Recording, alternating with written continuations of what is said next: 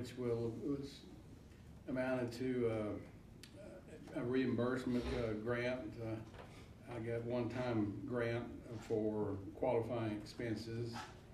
I think like the lights and that kind of stuff, and then also a participation with ad valorem tax increment reimbursement, but it's going to be a little different than some of them. It's going to start at like 80%, and then it's going to go down over a period of, I don't call it, because 8 or 10 years. And let's see, that's pretty much it. So. All right. Dr. Woodburn, thank you for attending those meetings for us and bringing us that valuable information. We really appreciate that. You bet. Thank you. Next up is Tiers 2. John? We were scheduled to meet this Thursday, but that meeting hasn't been canceled. Okay. All right. Thank you for being willing to go to that meeting and make arrangements for that. Next up, Tiers 3, Dr. Proffer. No new meetings since our previous report. Okay. Thank you anyway. All right. There we go. On our standing policies, Annette, anything new? No. Okay, nothing new on our standing policies. Finance Committee. Finance met last Tuesday, and we discussed some items that are on our agenda for this evening, so I won't waste our time there. I do have a policy-related announcement, but you'll make it, won't you? Okay. All right. Circling back, thank you. And then Legislative Affairs Committee, you want to mix that in with Kat? So last month, along with President Dr. Jamel Connor, Regents Peggy and Irene, we traveled to New Orleans for the annual Association of Community College Trustees Leadership Congress. This year's congress brought together over 1,900 trustees, regents, and presidents from across the country. We each attended a variety of sessions to maximize our learning, that way so we can bring back valuable information to our fellow regents. Some of the sessions that I attended included Operation Ronin, an innovative solution made partially with AI, Steady Hands in the Storm, and community colleges in an evolving federal landscape, which was a very high-level update with everything that's been taking place in Washington, D.C. On the second day, I participated in the Texas delegation meeting, which was hosted by CAT, followed by the Association of Latino Community College Trustees meeting, where we discussed advocacy, leadership development, and representation across the country. On day 3, I attended the Senate meeting, as well as a session titled Leading Clearly in Uncertain Times. And I also participated in serving the other during a time of political and social uncertainty. We closed the evening with a regional awards reception, where we were able to celebrate the incredible work that many individuals within the country have been doing at the national level. We enjoyed a very nice dinner, listened to some sweet, smooth jazz music, and also had the opportunity to have a dance also. So I never in a million years would have thought that I would be dancing the Cupid Shuffle with my fellow regents. And they knew every step. Are you sure they knew everything? We learned it. Overall, it was an outstanding educational conference, and I'm grateful that Amarillo College continues to support trustees in our development. For CAT, I will be doing my new board member orientation scheduled on December the 3rd, and I look forward to continuing to represent Amarillo College on this level. Next month, I will travel to DFW to participate in the Texas Presidents and Trustee Collaborative on December the 5th, along with President Jamel O'Connor, Chair Jay Barrett, and previous Chair Annette Carlisle. And finally, I'm honored to share that I was notified today at 4 o'clock that I've been appointed to the ACCT Public Policy Advocacy Committee, and I will begin that national appointment in February at the NLS conference in DC. Congratulations on that. Thank That's you. wonderful. John, you left out one very important thing. What is that? They offered cheesecake 3 different times. That was good. Well, I appreciate you giving me reports. I felt like I was there half the time, because John would give me the reports. Here's what they're doing now. Here's the presentation going on. So anyway, I appreciate you doing that and advocating for for community colleges in general, and especially Amarillo College, because when we rub shoulders with regents from across the country, we realize really we're doing great work here in Amarillo, and we also realize there's some things that we could do better. And so it's great to be able to say, we're learning, we're moving forward, and it's great to be at AC. So thank you so much for that.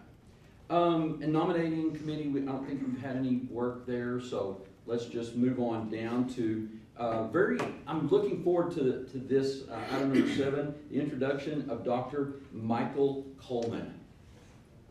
Thank you. So it's my You stand? pleasure, it's my pleasure this evening to introduce to the Regents Dr. Michael Coleman. He's now started as the Vice President of Human Resources here at Amarillo College and a member of Cabinet. As you can see, he has extensive experience over 20 years in higher education and HR leadership, has transformed HR departments and built high-performing cultures in the institutions he served at, is nationally recognized for HR innovation and excellence, and has his doctorate in organizational development.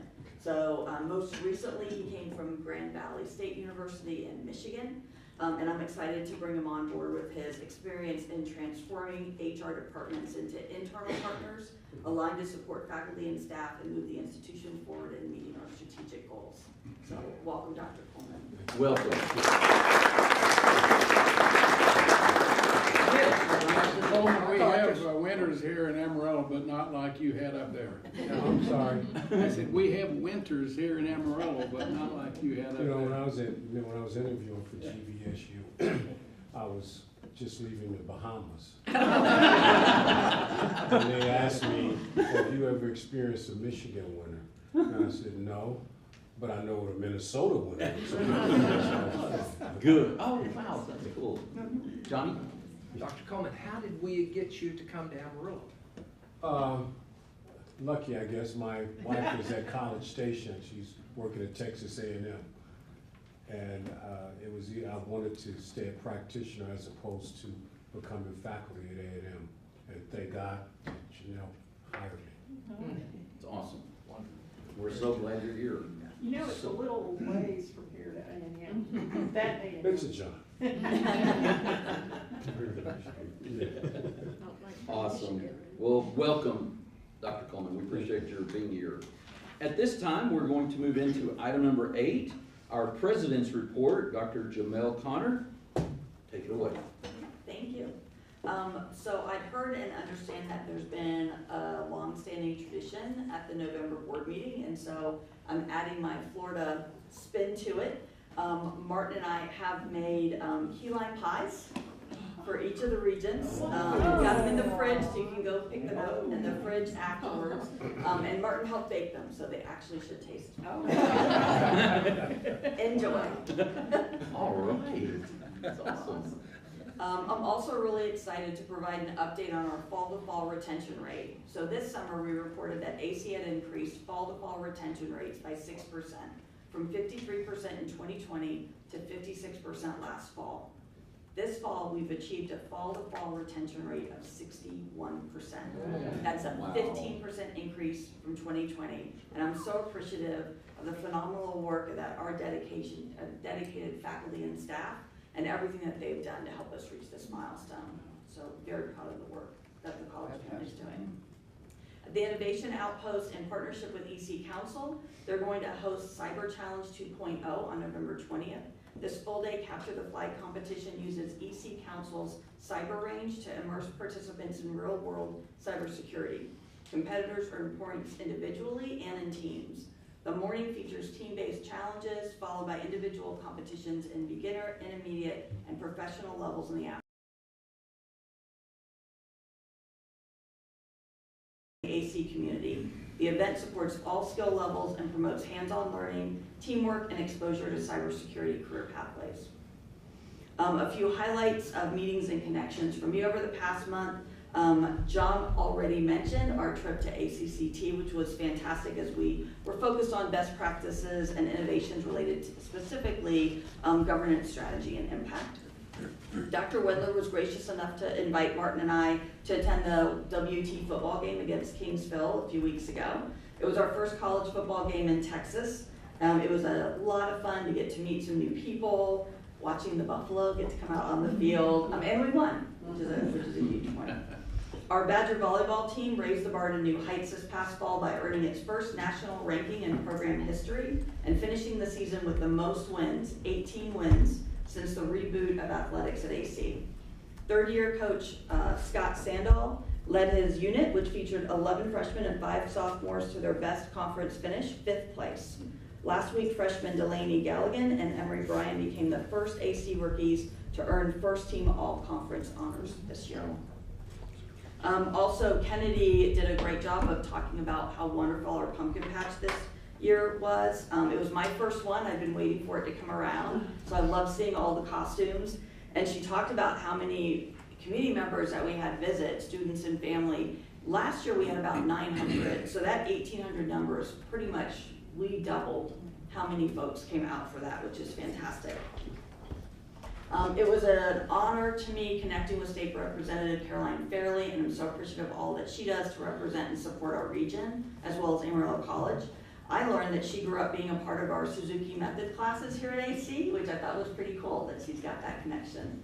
I attended the Panhandle Grade 25 Nurses Celebration, where our own Camille Graves was named one of the Panhandle Grade 25 nurses this year, and also one of our students was awarded a scholarship. I had the best time at the AMOA Christmas Roundup and bought a few things. And then our Amarillo College's Veterans Day ceremony at the Clock Tower was truly touching and memorable. Our veteran speakers were amazing, and it was live stream. I think I heard that we had about 9,000 people that were on that live stream at one point, which is pretty incredible. Finally, Region 16 Education Service Center invited Amarillo College to partner with them to host one of their leadership series for the superintendents. So on November 13th, we had 30 superintendents and their upper leadership teams participate in AC's specially designed learning opportunity, showcasing the opportunities available through our new Badger-bound dual credit program. It was exciting to host them at our new simulation center on the West Campus, so they got to tour around and see how magnificent that is. Also, Dr. Davis Jenkins, senior research scholar from the Community College Research Center and a national expert on dual credit, shared his research on the impact of dual credit on graduation, employment, and wage outcomes. Superintendents came away with data specifically tied to their school district about student outcomes in both academic and technical dual credit programs. The return on investment for public schools to offer dual credit is pretty significant. It was a really cool event. And that's my report for tonight. Thank you, Dr. Connor, we appreciate that. So next up, anybody have anything? Number 9 is on our agenda. Now's the time for public comment. We have some. Anyone may address the board on any topic, whether it's on the agenda or not. If you wish to address the board, please fill out a blue card and hand it to Mark, Sadie, Kim, someone. Remarks are limited to 3 minutes. Groups of more than 5 persons must appoint 1 person to present their views before the board. Because of open meetings laws, the board may not discuss any topic not on the agenda, and therefore will not respond to any remarks related to non-agenda items. The board may, but is not required to respond to agenda-related items. If your comment addresses a concern or complaint about a specific college employee or student, such complaints must be timely filed through the formal grievance processes under college policy.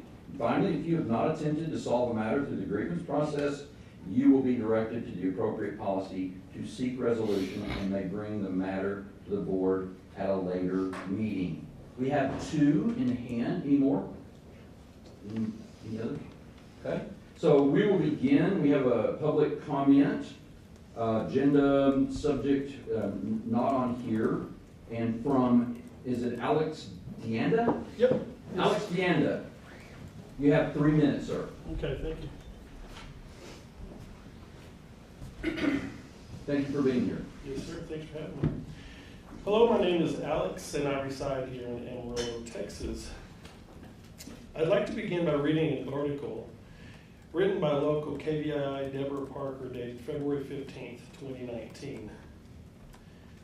The Amarillo College Board of Regents voted Friday, February 15th, to place a master plan bond measure on the May 4th, 2019 ballot, according to an Amarillo College news release. The bond set an $89 million At $89 million will support projects and initiatives that have been identified through a year-long master planning process. The Regents' decision to go forward with the bond vote was unanimous, according to the news release. Amarillo College has contracted with Park Hill, Smith, and Cooper to help develop a master plan for all 7 of the campuses.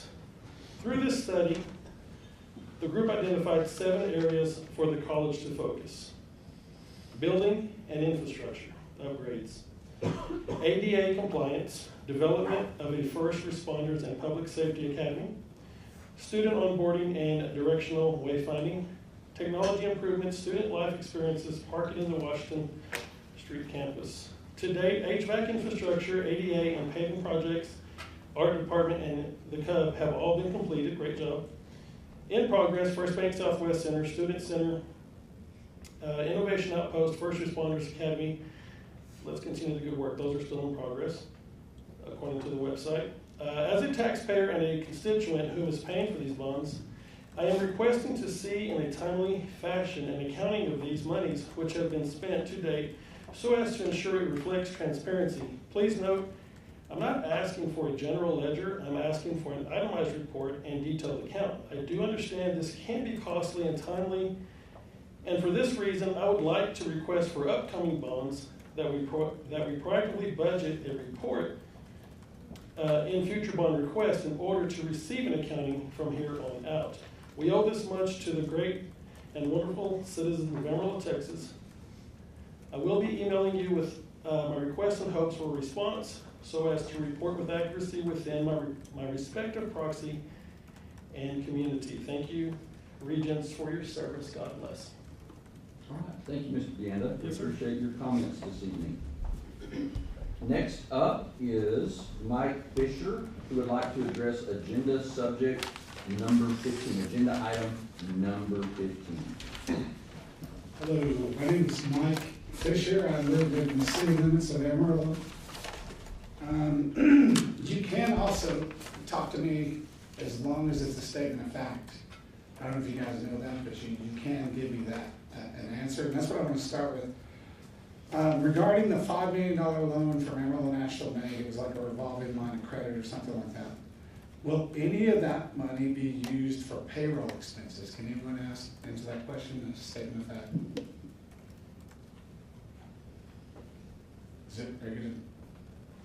You can answer that. Somebody can answer that. Is somebody here that knows the answer to that question? Go ahead and continue at this point. Well, I'm going to speculate. I'm good at speculating. That's my page that probably caused everybody to be here right now. So, all right. For the record, non-responsive. I have a degree from Amarillo. Let's get to the positive here. I have a degree from Amarillo College. That's the only degree I have. I always say only. I took off only here because it's, I'm missing that part, the polished part. And everybody said, that's why I'm a little rough. I guess I don't have that other 2 years. But what that's done for me is, like, I show up like this, and I own a medical software company, so I keep expectations low because it looks like I'm not a guy that owns a medical software company. I hope saved patients, taxpayers, and healthcare entities over $5 billion. It was all because of this place. Thank you for what you guys are doing. I hope you're creating some more of me out there. And I really don't think I'd be here in this position without the school. My accountant says my company's worth millions. I'll take his word for that. But let's not tell the IRS, right? Isn't that how that works? Driving in here is kind of weird. If you squint, you kind of look around and you're like, man, I'm at Amarillo National. Same color scheme, same fonts. I mean, it kind of looks like it really makes me think that I'm there.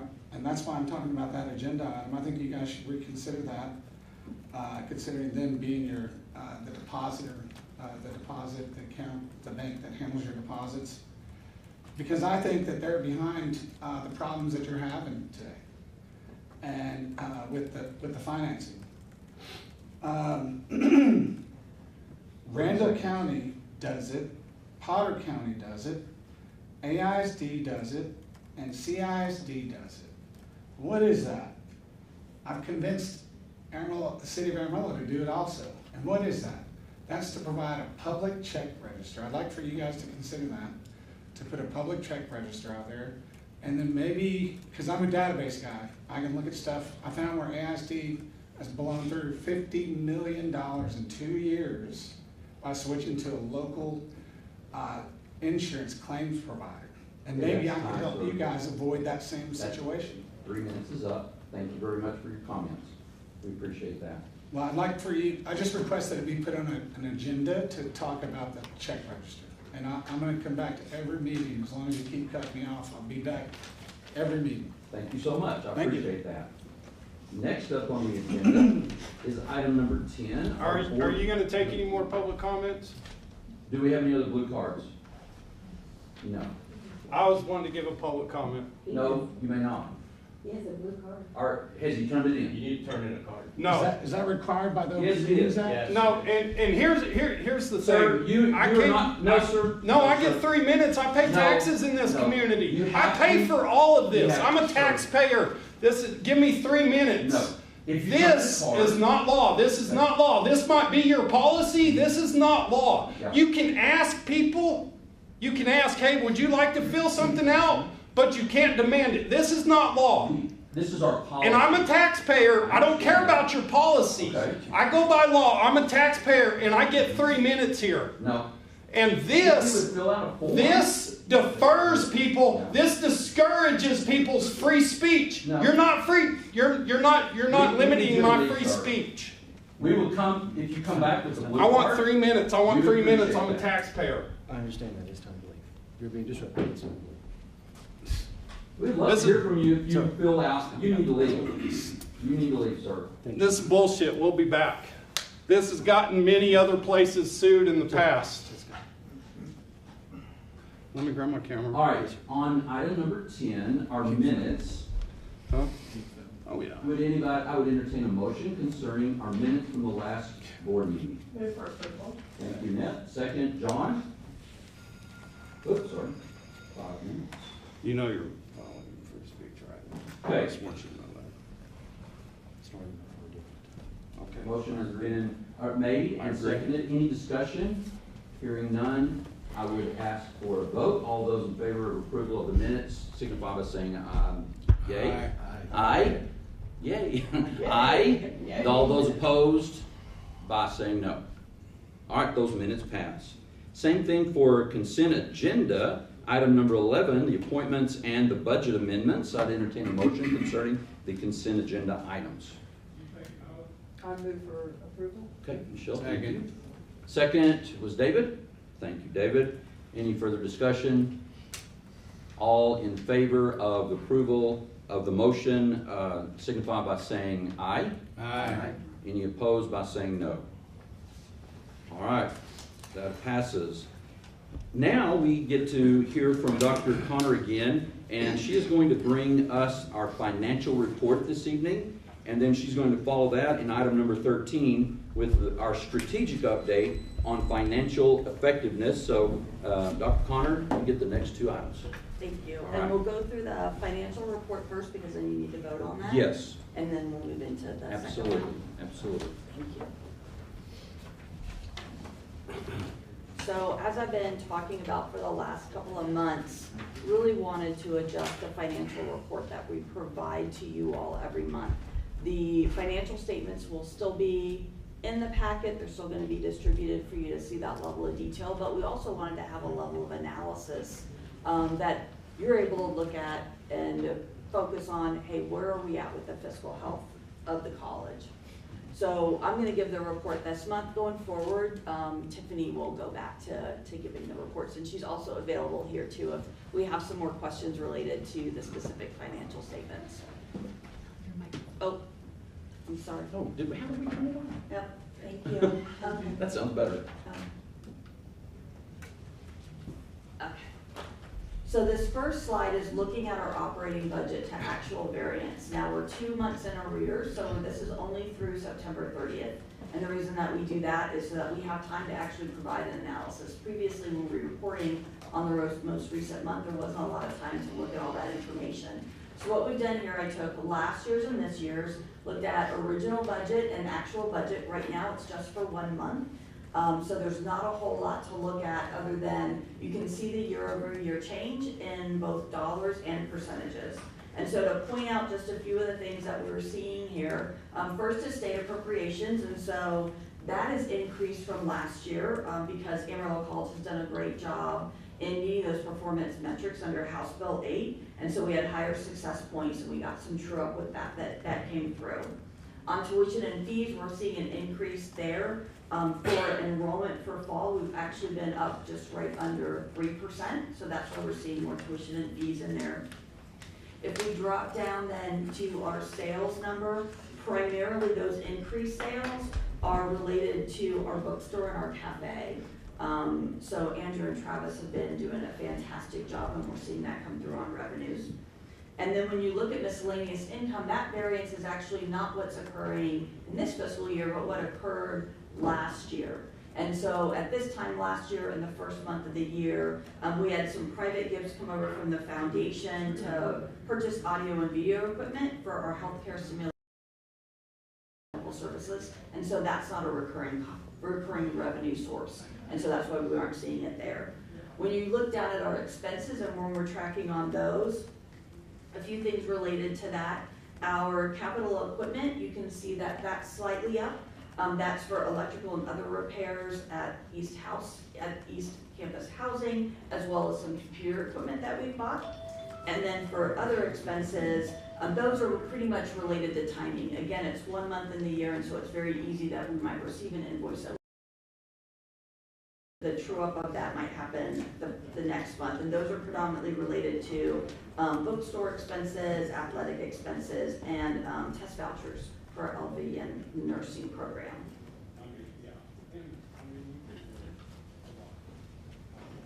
And then I wanted to provide financial metrics, and so I've put in a lot of detail related to what they are since it's the first time that I'm kind of bringing them forward. But I'm looking at a dashboard that you're all able to see that very quickly tells you about how we are financially, the financial health of the institution, and that way too, as you're seeing this every month, you're gonna be able to see trends. You'll be able to track and see if something seems to change from what you're used to seeing. And so starting out, we have our net assets. What you want to see is our net assets are growing over time, and in essence, it's our owns, what we own minus what we owe. And you can see, and I've highlighted that in the green, because as we've been completing these construction projects and we're paying things down, you can see year over year, through September 2024 versus 2025, that we've gone from net assets of 45 million to 59 million. Similarly, under net position, again, you want to see that growing over time.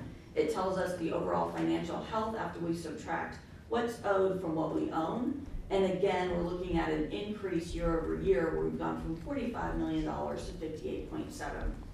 Then we go to our current ratio. So the current ratio tells us what's our ability to make our payments, cover our bills in the short term. A ratio of 1.0 is pretty much you're able to cover the cost of your upcoming bills. So we are at 1.33, and you can see I put that in yellow because I want to try to also have it make it easy as folks are seeing that to monitor it. So ideally we want to be up at that 1.5 range. So as we're continuing to pay down our debt, we're going to see that number increase, and it's increase at something we're going to be focusing on. Our debt ratio, similarly, is how much of what is owned is financed by debt. Ideally we want to be at 0.5. But higher ratios are normal when we have recent capital projects. So we have a lot of those construction projects that we've just been finishing up. And so you can see here year over year that we've actually moved towards that 0.5. We've moved to from 0.84 to 0.79, but it's something we want to continue to monitor as we're doing. And kind of tied in for that number versus what you're seeing on the financial statements on page 9, it talks about liabilities in that position. You can see our bond payables decreased because we've been making our bond payments. And then finally, our capitalization ratio. Similarly, we want that to be at about 40%. It's how much long-term funding comes from debt versus investment. And that's one that we still want to get ideally to that 0.5 or 50%. But we have made strides year over year as we're capitalizing our construction projects that have been finished with these great buildings. And so we're at 79% versus 84% last year. If there are other metrics that you all think about that you'd like for us to start including, these will be on her every month, and we'll also be able to add those as well. Janelle, where can we see these? They'll be in the monthly financial report. Can you explain the, go back, yeah, from 45 to 59, what's the change there? The change of our net assets and our net position. Tiffany, do you want to provide a little bit more detail on what increased those year over year? Because that's a big jump. Yeah. Well, so your liabilities are going down. You probably need to be at the mic. Sorry. I could hear you. So your liabilities are going down as we finish up these projects. We don't have as many payables out there. The same thing with every time we make a bond payment of $11 million or $12 million, then that lowers our liabilities as well. And as we finish these construction projects, it also increases our assets because everything's going up. So. Okay.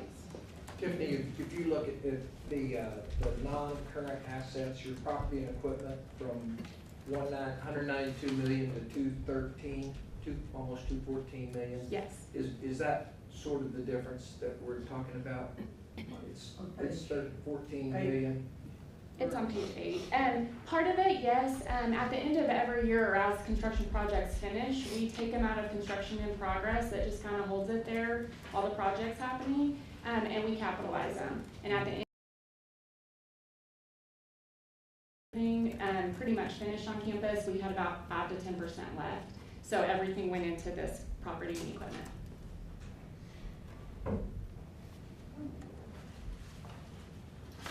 So I also have been taking a look at our historical operating cash flows and our inflows and outflows. And so you can see I have at the top FY 23-24 and at a monthly, by month, what money we have coming in versus what money we have going out, and the same thing for 24-25. And so as we've been evaluating what happens with our cash flows, and I've spoken some about this, but this is the natural trend of what we see. So in September, we've got a new budget year starting. We've got fall, we're buying and purchasing expenses that we need for our students and in the classroom, but we don't see a lot of revenue coming in. In October, again, we're still finishing up purchasing as classes are starting. We do receive our first state appropriation payment in that month, which is 50% of the yearly allocation now that they have adjusted when they pay us out, which again was something that I had walked through at a prior meeting. In November, our expenses get closer to regular. We don't have a lot of new revenue that's coming in. December and January, you can see really where the expenses are starting to flatten out to normal. Our county tax revenue starts coming in with large amounts hitting the last week of December, usually while we're on holiday break, and all of January. 55% of tax receipts are received during these 2 months where they were last year. And then spring tuition, the last day to pay is early January. So we've got our tuition revenue coming in as well.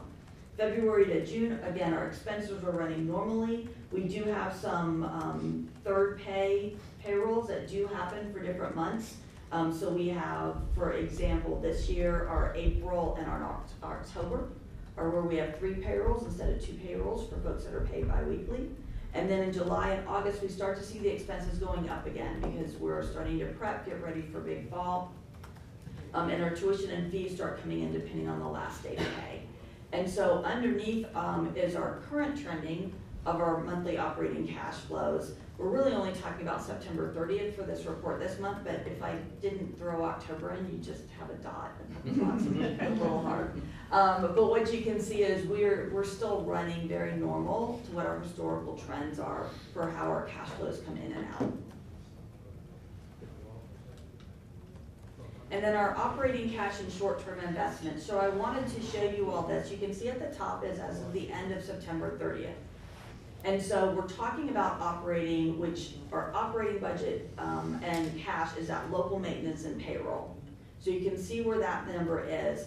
The others are in different, if you want to say buckets, right? There's different funding sources these come from, and the monies can only be spent for certain things. So a few months ago, Julie came and presented to all of you about PBS. And the way with some of our shortcomings that we found in the funding that we've previously received, we've been very prudent and had a reserve set in there. So you can see right there for 9/30, that's at almost $4 million that's sitting in there. And then we have some from just left over from an old AFEB, UC Auxiliary Enterprises, academic scholars, or board interest in sync, bond proceeds, and AC Foundation. But when we talk about our operating and our operating budget, it's that local maintenance and payroll.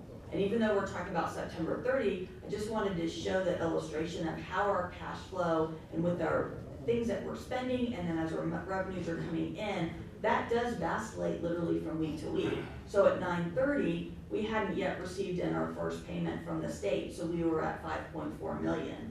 As of October 31st, we were at 10.2 million. We've been paying expenses and some personnel, and so as of 11/14, which was last Friday, we were at 8.2 million. And so this is something too that every month we'll be bringing to you so that you're able to monitor and actually see what our cash flows are looking like and our short-term investments. And that's the end of as far as the analytical report, and open to any questions, and then once we're through with any questions, then we can look to vote to approve the financial statements. Any questions? In the future, are we gonna have like a dashboard available to us? Yes. So this was just the first start with those metrics, and then what I would like to have is a dashboard. Graphics are really nice too, to be able to see, and that would be standardized so that every month that's there for you to see, and so you can really quickly look at it, just as the dashboard's supposed to be for, and see, hey, is there anything that looks like it's trending differently, anything we need to pay attention to? Will that be available to the public or just the Yes. board? Yep. Great. That's awesome. All right. Yeah, I'd just like to say, Dr. Connor, thank you for taking charge of trying to really get some analytical skills associated with our finances. So I appreciate that, and setting some metrics up. I think that's very helpful for us. So I applaud that. I did want to, I know a lot of this is sort of new for you, just because you haven't been here for the whole time, and so I preface my thoughts and comments, but I noticed in our financials, we did receive, I guess, a more thorough accounting of some of the detailed pieces, and I don't expect to get into all the details, but for the first time in many months, we did get a new report on reserves. Yes. And I did want to ask a question or two on those, because it appears to me, based upon what is presented, I mean, we have moved from, in, I guess, 23, we had 22 million, and then in 24, we had 8.3, and 25, we had 8.4. So a significant drop in reserves, and that is news to me. Because I do not recall the board ever being made aware that we were using reserves for, or being asked to approve reserves for that. So I know that's before you, but I want to at least acknowledge that and point that out. That's on page 16 of the financial report, or 9 and 10.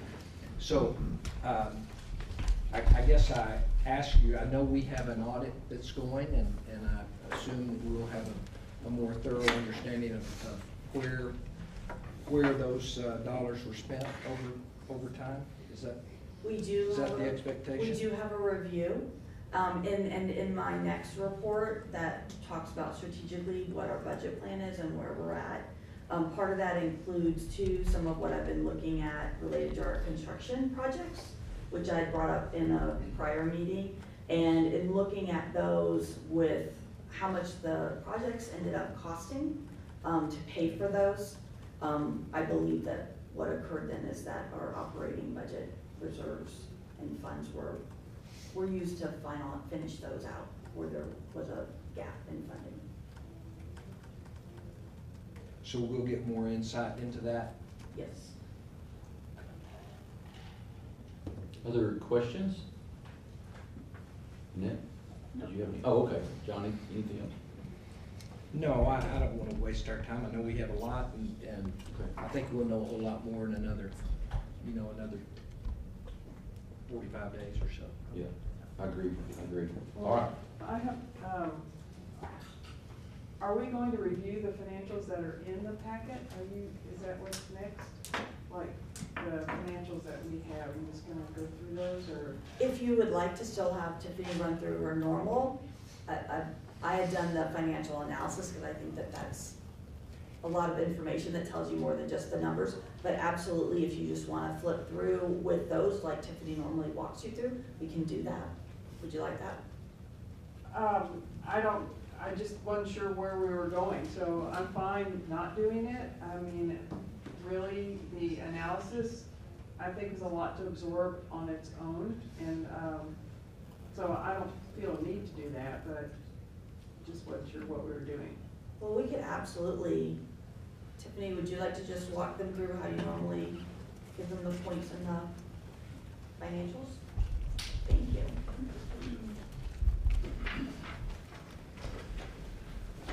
If you will look in your packet, it begins on page 8. This is just going to be September since we're doing 1 month in arrears. So September 2024, your total assets, which is the left-hand column towards the bottom, total assets $280,672,988. Compared to end of September 2025, $286,371,365. Your main changes in that property and equipment that was brought up earlier. If you'll go to page 9, it's your liability section. And the total at the bottom, total liabilities at the end of September 24, $235,578,274. Compared to the end of September 2025, $227,236,454. This is primarily related to your bond payment, and you'll see that under your bonds payable under non-current liabilities. It went from $94.7 million down to $86.3. Tiffany, can you tell me what is other liabilities? So several years ago, we had the AC retirement plan that had the Social Security benefit in it, and it was dissolved back when Cheryl Jones was here, so several years back. After the actuary paid out all of the survivors and disabled that were paid out of that benefit, there was $5 million that was left in that account. It sat on the books as a liability because we weren't sure what to do with it, if we owed it out to somebody else or if it was actually college funds. So at the end of 2024, so in August 2025, so I guess the end of 2025, we recognized it as revenue on the college, and so we actually took it out of this liability account. So I think in the end, we feel it was earnings that this investment made while it had funds held in there for the program we no longer have. So it was moved to where? Revenue at the end of August 2025. It sat there as a liability as we thought that it could have been paid out to somebody, but the actuary stated that all the payments had gone out to the proper individuals, so it had to have just been an investment earning or some sort for the college. So we moved it to revenue. Would that move have come to the board as a budget amendment? It did not.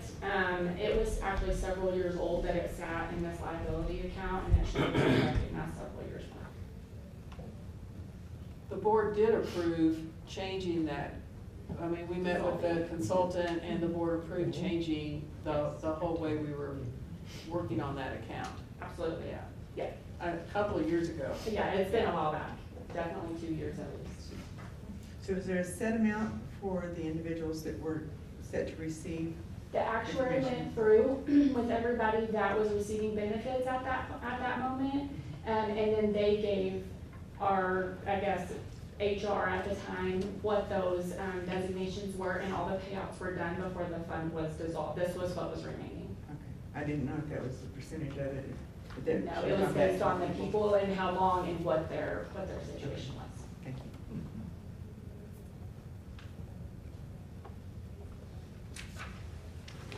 Okay.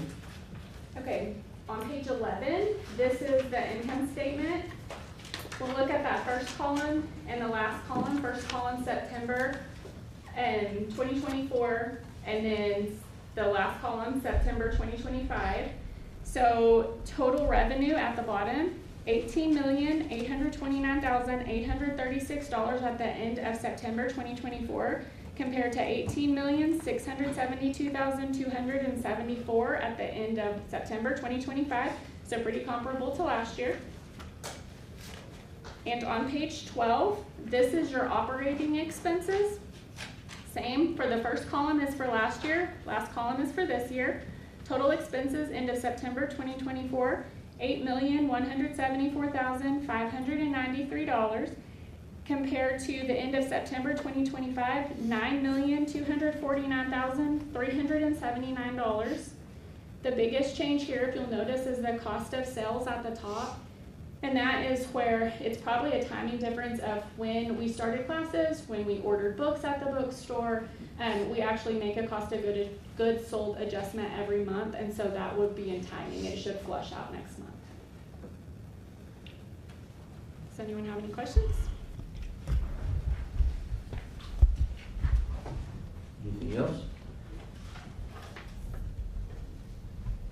Tiffany, that's it? That's it. I'm just making sure. That's all I Okay, have. all right, thank you very much. Thank you. Appreciate your time tonight and going through that. I think as we're moving from this, in this new, format, this new program that you brought to us, there's gonna be some, rhythm that we need to get into, a little bit of adjustment in how we examine this from month to month as regents. I think maybe finance can dig a little deeper into some things at the finance committee meetings. I think that we need to do that possibly before we come here so we can iron some of those things out and bring those forward as Tiffany or Dr. Connor, whoever brings a report, brings that report. I like this look, graphic look, but it also in combination with some of the other details that make the report what it is. I think that's going to be a good thing. So just the timing of it and the rhythm of it is going to have to, we're going to have to get in sync with that, is kind of what I'm saying. So I will entertain a motion concerning the financials for this report. Move for approval, September financials. For September financials. Annette, and then John seconds that. Any other discussion? All right, all in favor of approving the September financials, please signify by saying aye. Aye. All not in favor of that, please signify by saying no. All right, that motion carries. Thank you very much. And Dr. Connor, you're up for our strategic update concerning financial effectiveness, which I believe is number 5? Mm-hmm. Yeah, Yes, number 5. Thank you. You're welcome. Thank you. Yes, so as I started with the college, you all had extended the current strategic plan out a year, and we're currently working on our new strategic plan, which we've got a little bit of time, another agenda item built into that today. But as part of, we're still moving forward on our current strategic plan that we have, and strategic goal number 5 is related to financial effectiveness and creating innovative procedures that support financial responsibility. So I wanted to give you an update on that and the work that we've been doing. So we wanted to look and set some strategic. I really wanted to look at was first to review the operating budget revenue that we had approved for this year in the budget and do a projection, even though we're still fairly early into the fiscal year, but look at, are we seeing the revenues coming in as we would have expected them to, or do we need to take a look at those? Also, we have our current construction projects that are very near completion. And so really looking at those, what do we have left, what cost do we have left, and how do we complete those? And then as well, developing a goal of building back up our fund balance reserve and having a plan for doing that and how we would go about that.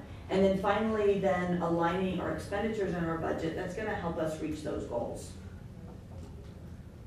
So we're gonna start off with the review of the operating budget revenue projection. So what I have up here is for 2 years previous So we have 23, 24, 24, 25, and then current 25, 26.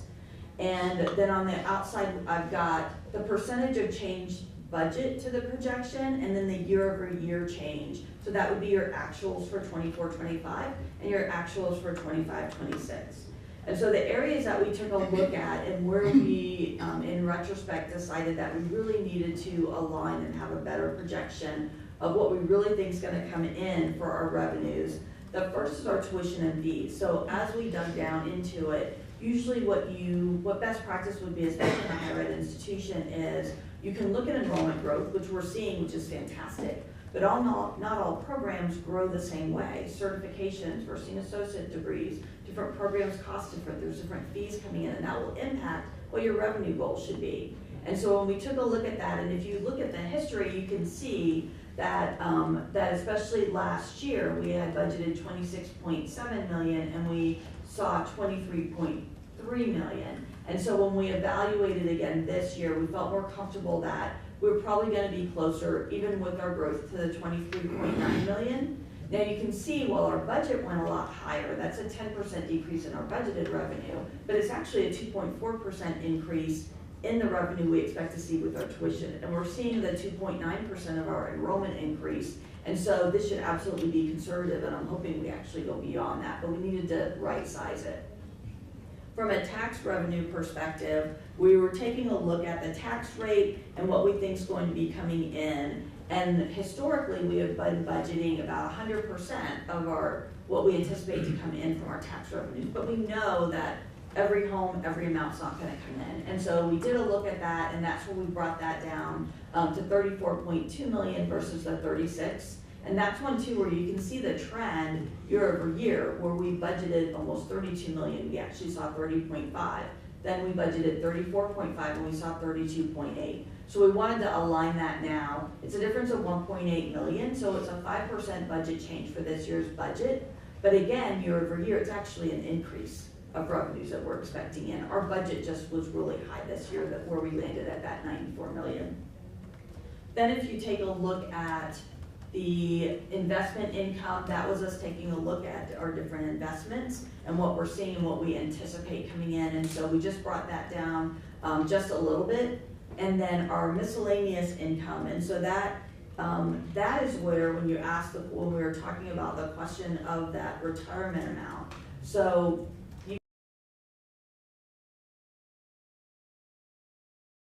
our actual revenues, we projected 88.2, we actually hit 93.2. So when you look at 93.2, and then you're looking at budgeting for the next year, that seems reasonable to go from 93.2 to 94 million. But in reality, you recognize that $5 million in 24-25. That's not a recurring amount that we're going to see of revenue every year. So that's the $5 million that I was asking about. Yes, earlier. exactly. That's really where reported in last year, end of last year, not in this, not in September. It was. She said it was. Did she? Yeah. Okay, good. So it's higher than every other number. Exactly. So when we went through that analysis, what we're looking at is actually decreasing our revenue projection, because we want to be watching and looking at that right now by about 5.6 million. So we would see our budget then being 88.4 million is what we believe that we're gonna see, and that's a conservative model for that.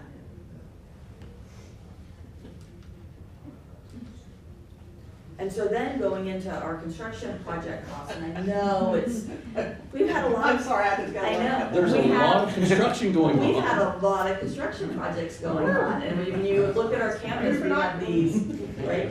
We have these amazing buildings and amazing spaces that our students get to enjoy that really elevate the experience for them.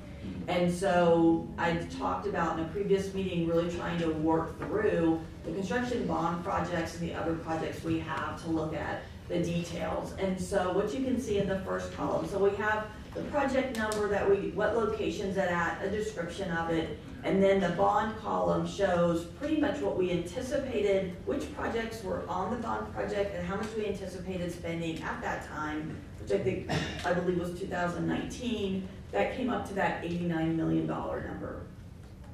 Then we contracted, so think about what happened since then. We had COVID, we've had inflation, things have cost more. And so when we contracted, that went from 89 million to 95 million. With costs that continued to go up, I've got in the final column what our expenses are looking at as of the beginning of November 2025. And so we're very, very close to completing our projects. We've got 3 of them, I think 2 of them are just about done. 1 I think we're gonna be finished with in March.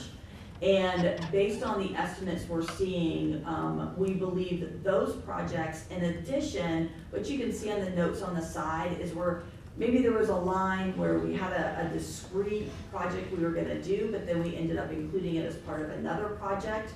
We had some projects that we had planned to do, and then, and me not being here, still learning details, but that didn't move forward. We have some where we had discrete lines that were related to the ADA compliance work that we were gonna do on the different campuses, but that actually all got included. You can see down there a various campus ADA improvement line of what we actually spent on those. And then if you scroll down and get down near the bottom, you can see in addition to the ADA improvements, then we had other management costs. And then we also, during the time, and I've got the dates in there, there were 4 different purchases that we made of buildings and land in the area. And so all inclusive, when you're looking at all these different construction projects, both bond as well as some other opportunities that we took advantage of, we're looking at $110 million of what all of these have cost. A few of the highlighted areas that you can see is, you'll see that our Carter Fitness Center, that was one that originally started out, we anticipated that would be about $7 million, and we ended up spending $12.7 million on that. When you go down to Building B renovation, that's our simulation center that we spoke about earlier. That's an incredible location, not only for our current students, but we're seeing the hospitals really bring in their nurses and all that are coming in to learn more. That one was about $5 million more than originally anticipated. We had our first responders academy, $7.4 million, and by the time that was completed, again, an amazing space, but it cost $23.7 million. So $16.3 million more than the original estimate that we had back before all these other situations happened. And then our innovation hub, the IO, is a fantastic space, but we estimated at the beginning it would be about $6.3 million, and it actually cost right around $15 million. So that's an $8.7 million increase. Now, even though if you just looked at that, you could see the 110 versus the 89, that difference isn't still all waiting to be paid. We've actually, just as we talked about with our fund reserves, we've been using those to complete those projects. And so there's a remaining amount of $2.3 million as the projects complete this year that we're looking to spend, and we've paid about $600,000 already of that amount so far since we started the new fiscal year. So we have about $1.7 million remaining for these construction projects. Can I ask one question about that? So the amount that's up there, for instance, like, let's see, First Bank Southwest Center, the IO, and the, let's see, the First Responder Academy, the numbers that are there don't include the donations that are in addition. So for instance. Right, this is cost. Right, the cost. Yeah. But that is included, even though the original budget was those, it doesn't include, like for those, the $3 million that we were given for the First Bank Southwest and the money for the IO and everything else. Correct. Okay. Mm-hmm. And I have a question too, Dr. Connor. So at the very bottom, the purchase of those buildings. Mm-hmm.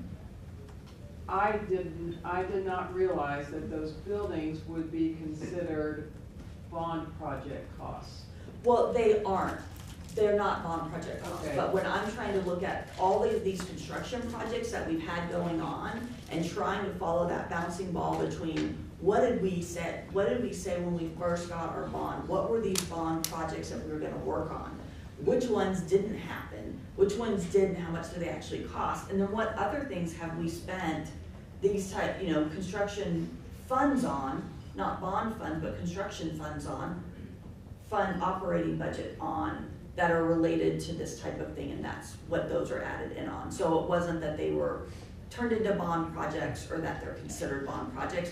Otherwise, it was interesting as I was trying to develop it, you ended up with a whole bunch of different charts, and I was just trying to put it in one spot so you can kind of see overall what I've been evaluating as it relates to different construction projects that we've had going on. So that would be down 6 to 8 million. Six or 7 million. Yeah, those four, was about 4.6 million if you add all those four together.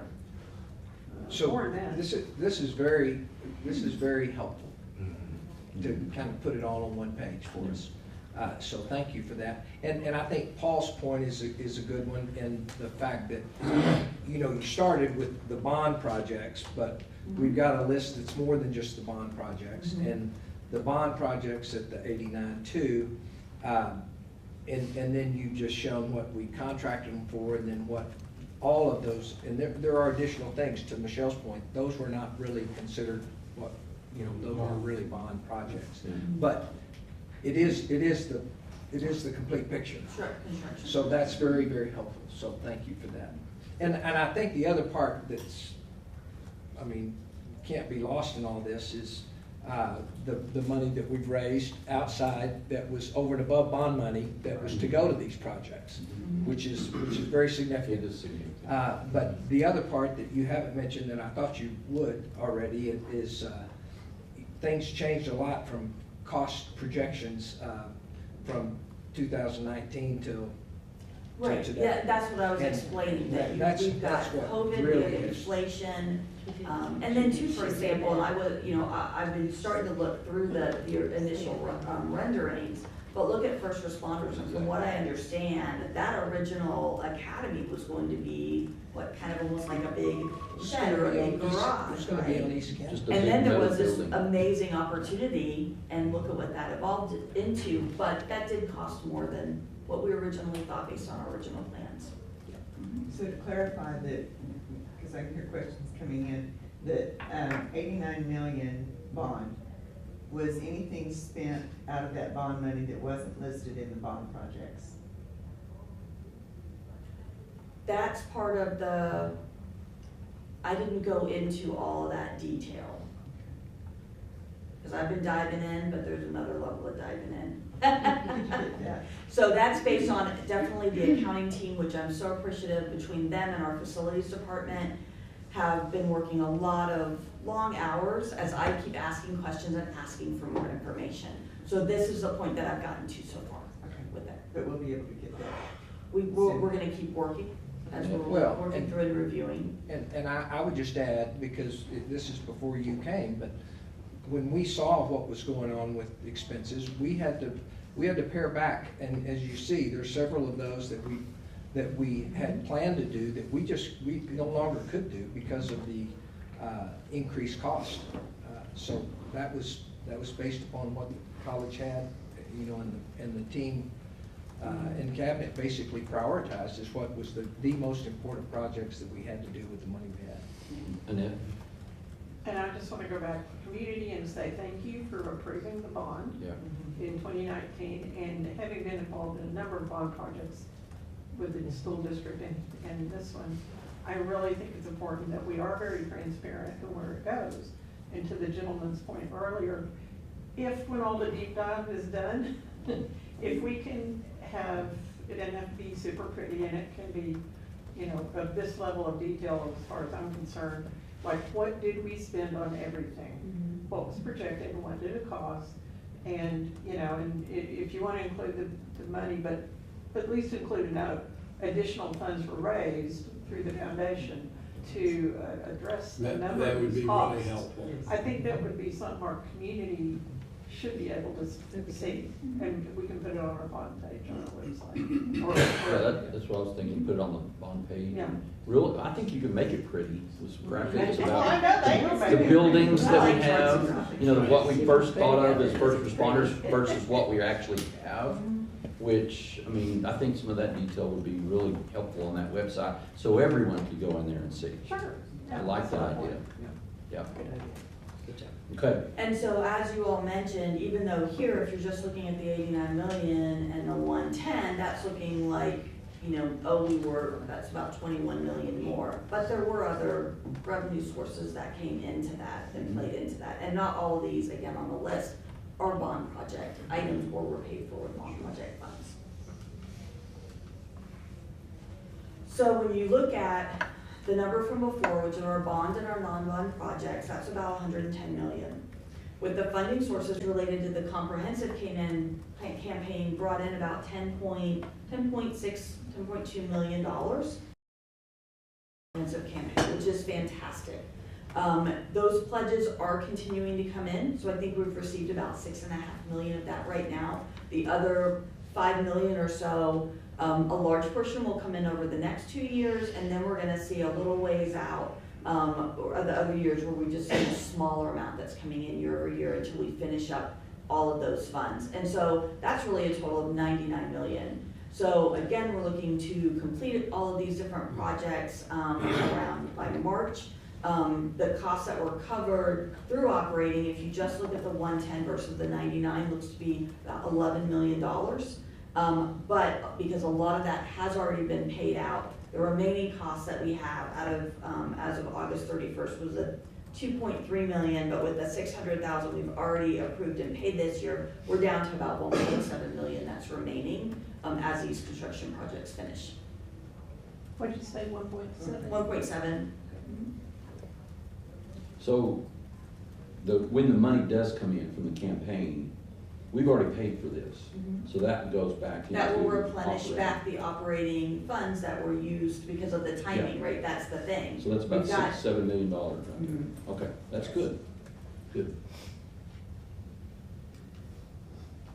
So if we go back and look at all those areas that we talked about, and so what did we set as our strategic operating budget goals?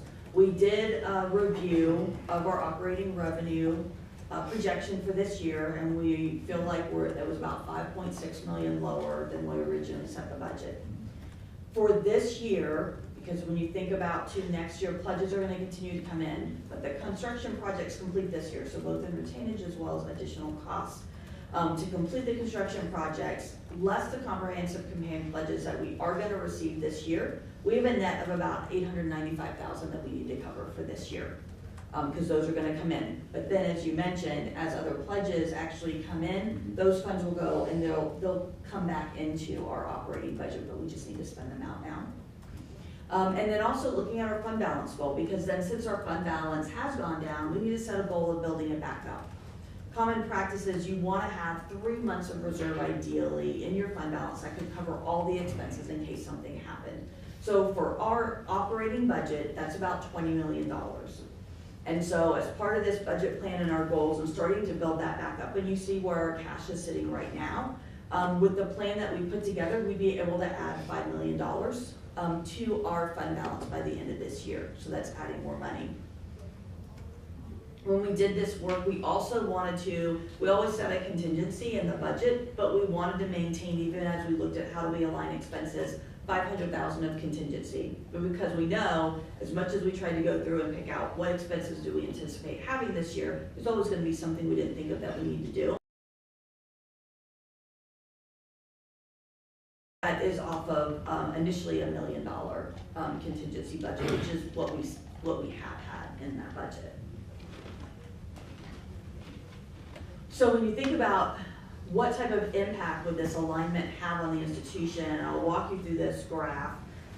So when you look at our budgeted revenues versus our actual revenues, you can see where we've been fairly standard on where we've been sitting for the last couple of years of our budgeted revenues and our actuals. But there you can see in 24-25 in the orange that we had that spike because we recognized the $5 million. And so with that, then you suddenly see our budget for 25-26 go up to the $94 million number when that wasn't the progression or the trends that we had been seeing historically for our revenue. What is really good then, and you can see kind of on the very far right under 25-26 and the turquoise next to the green, that's if we align the budget down, reducing it with all those numbers that I showed you. And you can see that is very much more in line what we're expecting to see with some moderate growth, even in our revenues. So then with our expenses though, even though we have had higher expenses, and this year we budgeted 94 million in our expenses, our actual expenses have been pretty consistent. 80.5 $5 million in 22-23, $81 million in 23-24, $81.5 in 24-25. And so when we have a $94 million expense budget, this actually works out really well, that if we want to align our expenses, we can do so without really impacting the feel of what our college family has been spending in our operating budget every year, and actually even still increase it a little bit and meet all of these other goals without feeling a lot of huge pinch. We just needed to align what our spending is to make sure that we're getting down to those numbers. Does that make sense? Okay. So our strategic budget alignment plan, Cabinet has been fantastic. So we got in a room and we really talked about the revenue projections, what we wanted our goal to be, when it came to our fund balance, the construction projects, and understanding the revenues coming in. And so to align our budget, the way that we're looking at getting to that, number one would be really implementing a strategic hiring process. And you'll see when I get down to the overall revised budget, we would look to create lapse of 17%. So lapse is when we have an open position, and so during that time that the position's open, or say we hire somebody in at lower than the prior person was budgeted at, then we have this money that's created. If we don't spend that, and traditionally we have about 10% that we don't spend already, if you look at the trends. So we're just saying, let's have a bit of a stretch goal. The reason that this is a strategic hiring process is it doesn't mean we're gonna do a hiring freeze. This doesn't mean that we're suddenly gonna say we can't fill positions, but we're gonna be very intentional so that folks would come forward, go up through their VPs and their cabinet members to talk about when a position comes available, and we can bring it forward and say, you know, is this a strategic role and we need to go ahead and fill this now? For example, we're seeing growth in dual enrollment. We're seeing our programs growing. Our enrollment is up. We need the faculty here to be able to do that. So this is gonna allow us to strategically adjust that while maintaining some savings that we can find in lapse for those positions that, hey, we can stretch it out another couple of months and maybe wait in some areas. The other was, we really talked about, we thought it was important, and we wanted in this alignment plan to continue moving forward with our employee one-time pay. And we would make that payout still in January, and that's part of this alignment of expenses and is included in there still. We include some other expenses that weren't budgeted. So as I've been delving into the detail, there were some things that I was like, we need to get those in the budget for things that we know now. And so a few of those areas that we looked at was, for example, traditionally, when you look at the trends, our overload and our adjunct budget has always gone over. And so again, we know that we need our adjuncts and our overload, and so we increased that by $500,000 to actually be able to accommodate what we believe we're gonna have for expenses. We're also looking at, we went under contract related to the Rock Rose Complex contract. And with that, we have a payment that's coming due of $200,000, so that's included so that we're sure that we have that. We have other miscellaneous contract costs that just previously had been in the budget at $450,000, and then we're making sure that we've got money in our revenue, in our operating budget to cover our taxes so that we're sure that we're covered with our bond debt payments. And then we would decrease travel by 10%. We would decrease our supplies and our other expenses by 5%. The cabinet team also looked at their individual budgets and looked at where they could make decreases, and so we have about $443,000 in savings there. That's where you're gonna see too some of those savings from contingency that we put in there, and the work that they did where they said, hey, I haven't traditionally spent this money, this is the money I can put on the table. Also, as a strategic process and what we wanna look at, we have approximately 90 vehicles in our vehicle inventory right now. And so this is a great opportunity to take a look at those and see where might we have some surplus vehicles that were maybe we bought new ones, but then we still didn't get rid of the old ones, so we're paying insurance on them, and there's an opportunity then to potentially sell those, which is gonna bring some more revenue and cash into the college as well. Also, as a best practice, we're reviewing all the credit limits at those at the college that have credit cards, what their credit limits are, again, just as a control measure. And then in January, so we're just starting with this budget, but we're gonna start our 26-27 budget process in January when we come back from the holidays. And so definitely a lot of the things that we've been looking at and evaluating how we've been building the budget and the processes and controls that we use, we'll be launching a more in-depth process and more diligent and having more detail in the budget as we're working through approvals. So it's kind of perfect timing that we're seeing all of this so that we can make those changes for next year. And all of those things then are gonna help us hit this strategic budget goal and attain that goal. And so this is the other spreadsheet that I was referring to. So we'd already gone through all of the revenues that would amount to the decrease to get us to the $88.4 million projection for revenue. And what's really good to see on the expenses and is important is those 2 percentage columns. So the one is the budget change. And again, as I've mentioned, a $94 million jump in budget when our budget had been $88 million, that's a big increase. So we also want to look at what's the year-over-year change to our budget for each of these areas. So in implementing the things that I talked about, you can see where we're actually looking at a 9% decrease year-over-year in what we're spending on personnel. That includes the additional costs that we know we're going to expect in overload and adjunct, but also just from creating lapse money, we believe that we can get that savings. And then you can see supplies is very minimal.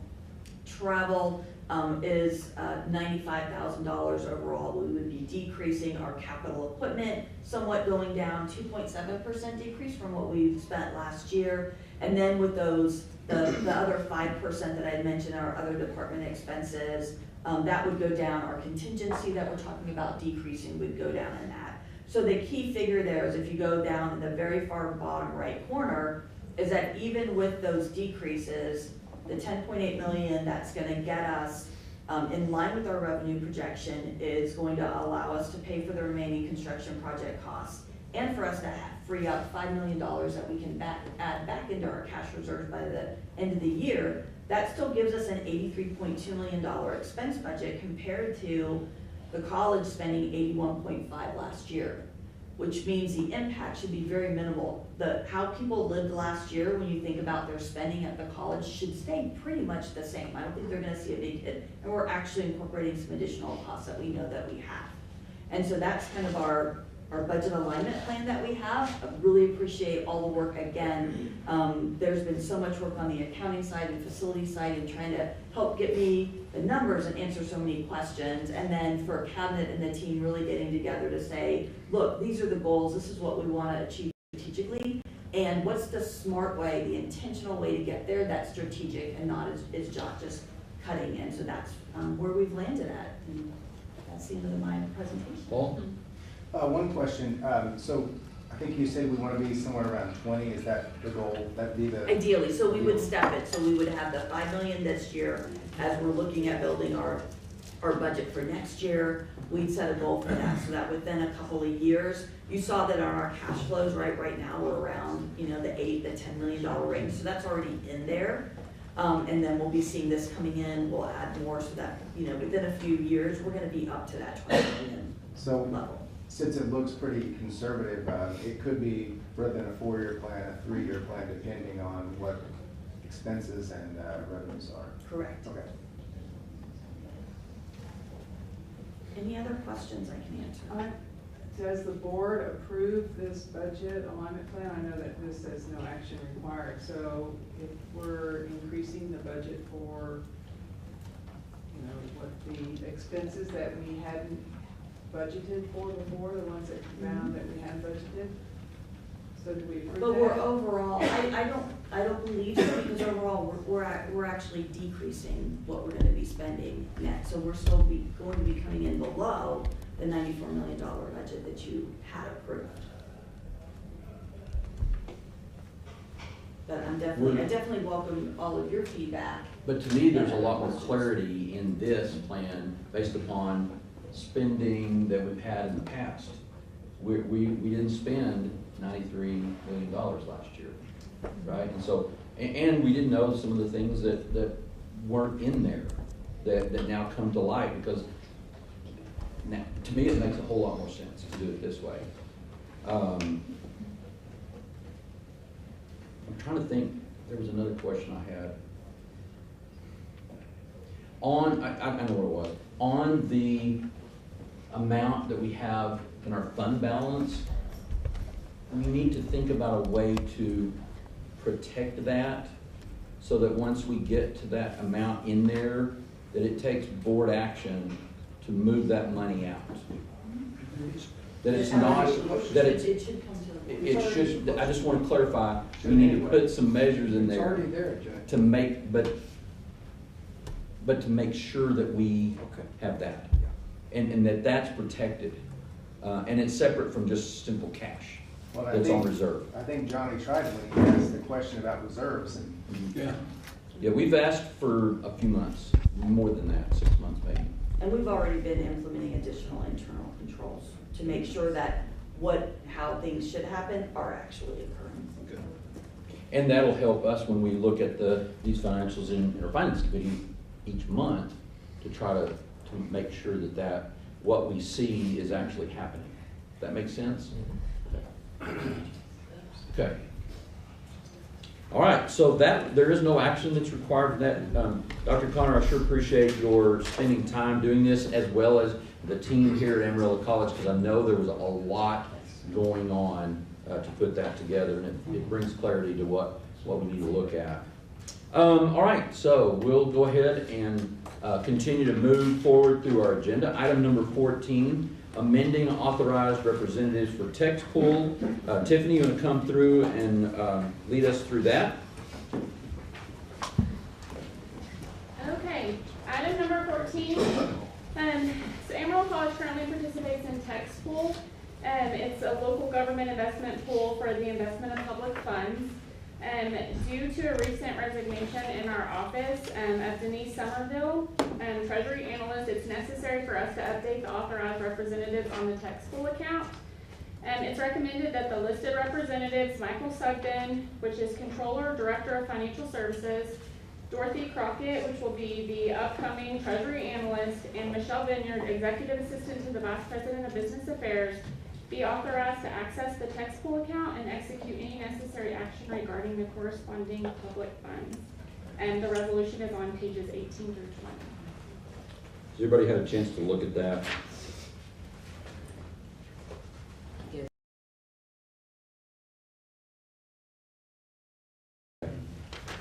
I move approval of the resolution. Okay, Michelle, thank you for that. Second? Second. Okay, Annette, thank you for that. And would Any we have, discussion? quick question, Mhm. would we have any reporting to the board if we have to access text pool for cash that, hadn't been planned or something like? I guess I'm just curious, do we have any sort of transparency into that? So text pool, so I can explain kind of how our cash works. So when our cash comes in, everything's coming in through Amarillo National Bank. When we get to a certain amount, we transfer everything over to text pool. It has higher interest rate. We keep our operating accounts with minimal amounts. So those transfers that happen between text pool and A&B can happen daily. Usually they happen during payroll. Anytime that there's a large amount that's coming out, we usually get it from text pool. So it's a daily interaction with them. So it's sort of a sweep.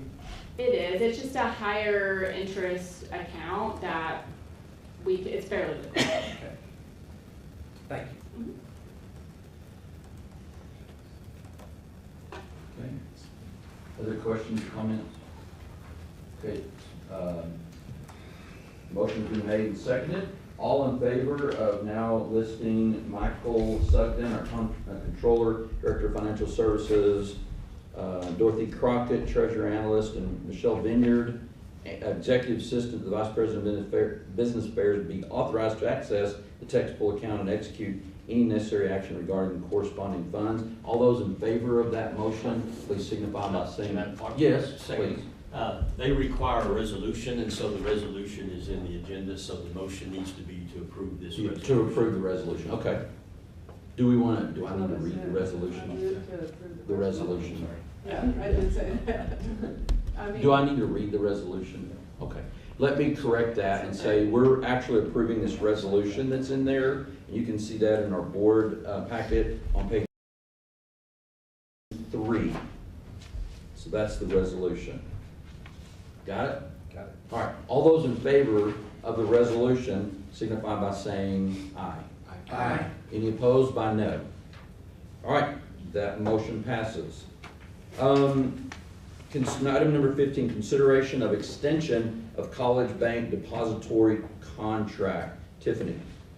Okay, so the current bank depository contract that we have is with Amarillo National Bank. It was signed, I believe, it looks like the Board of Regents approved it in October of 2023. And it is for a 1-year period of January 1st, 2024 through December 31st, 2025, with the option of 3 one-year extensions, which is on their contract. So on page 21, we have included a letter between us and Amarillo National Bank to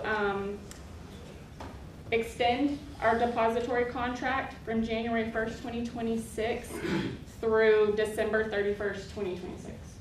So from January to December, just a 1-year extension. Okay. I'll entertain a motion. I move approval of the extension. Okay. Michelle, second. Okay, all right. Thank you very much, Irene. All those, any discussion?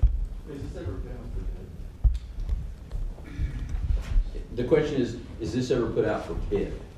Yes, so we went out for bid when we originally did this in 2023. I don't remember the firm that we used, but we had a consulting firm that gathered a bunch of banks in the area, local and outside. I don't remember exactly the one outside, but we did do like First Bank Southwest, a credit union, Amarillo National Bank, and then there was maybe a Bank of America, something big. And then they compared all the terms, and we went through and we had to interview them. We got packets back on them to figure out what was the best move for the college. So we did do that a couple years back. And that came to the board to look, I mean, we had a spreadsheet that had all the fees and all the expenses that we were gonna have and what the terms were. Yeah, I remember that. I remember that too. Yeah. And we're just, the motion is to extend that. To extend For that. 1 year and not the 2 years and so forth. Yeah, this, we're just doing It's 1 just year. for out. 1 year. Yeah. When would we do that bid again? And the contract that we have has, it says it has 3 one-year extensions, and this is our first extension. Okay. Okay, so 3 1-year extensions, all right. And has it been I mean, is the relationship working out? I mean, any problems? No, they're super easy to work with. We also have a good relationship with all of them, but we can get a hold of them if we need to at any time. Anytime we have something in the payroll file that we're sending, they're very easy to talk to. We've not had any issues at all. Good. Thank you. Thank you. Good question. All right. Any other questions? All right, so let's go ahead and vote on this. All those in favor of the motion to extend this contract agreement for 1 year, please signify by saying aye. Aye. Any opposed by saying no? All right, that motion carries. Now we get into a series of ballots for various district board of directors. And we'll start with number 16, and Dr. Connor is going to walk us through this. Number 16 first is the ballot for the Moore County District Board of Directors. And so this is my first time with this, so this has been new. So I reached out, and the information that I've been able to gather, there's 8 candidates that are running for the 26-27 Moore County Appraisal District Board of Directors with 5 seats available. All of the candidates are involved community members. Of the 8 candidates, 4 are incumbents. Then there are 4 that would be new members if elected. And per the recommendation of Jill Williams, who's out at our Moore County campus, it's advised that the 120 votes that are available to Amarillo Junior College District be distributed evenly among 5 candidates, and she's recommending Darren Stallwitz, Paresh Bhakta, Ben Maples, and Seth Seal, who are all currently incumbents, and then as the new folks running, Kelly Van Dyke. And so that's the And I did the math on that. I think that's 24 votes each. And I wasn't good in math, but I was a calculator. And this is the group that I believe we nominated back in September, if I'm not mistaken. according to what we looked at. So, So I'll move for approval of the suggested 5, the 4 incumbents plus Van Dyke, okay, equally distributing our votes amongst those. 120 votes, 24 each for the 5. Second. Okay, David, any comments, questions, further discussion? Okay, all in favor of the motion, please signify by saying aye. Aye. Any opposed by no? Okay, we have our 5 election, 5 votes that we have, 120 votes, 24 each. Next up is number 17, which is the ballot for Potter Randall Appraisal District Board of Directors. So this year, both Potter and Randall counties have 2 seats available for their boards. Potter County, Mitzi, Wade, and Chip Hunt are the nominations for the vacancies. Both are incumbents. Amarillo College has 182 votes, which may be distributed between the 2 candidates or allocated entirely to 1 candidate. And in Randall County, there are 4 candidates for the 2 available board positions. The nominees include incumbents Ginger White, who's the current board chair, and Jack Klaus, as well as Tom Sherlin, former city councilman, and Haley Holt. Of the 178 votes available to the college, they can be allocated to 1 sole candidate or distributed among 2 candidates. Okay, so for Potter, we have 182, I believe, is that correct? 182 votes, and if we split those equally, 91 each, that would give Chip Hunt and Mitzi Wade 91 each. Do I hear a motion? I move that we do exactly that, give Okay. 91 votes to each one of the Okay, candidates. David and Johnny second. Any discussion? All in favor of the motion, please signify by saying aye. Aye. Any opposed by no? All right, and then we'll move over to the Randall County Appraisal District Board of Directors. At September's meeting, we had nominated Jack Klaus and Ginger White.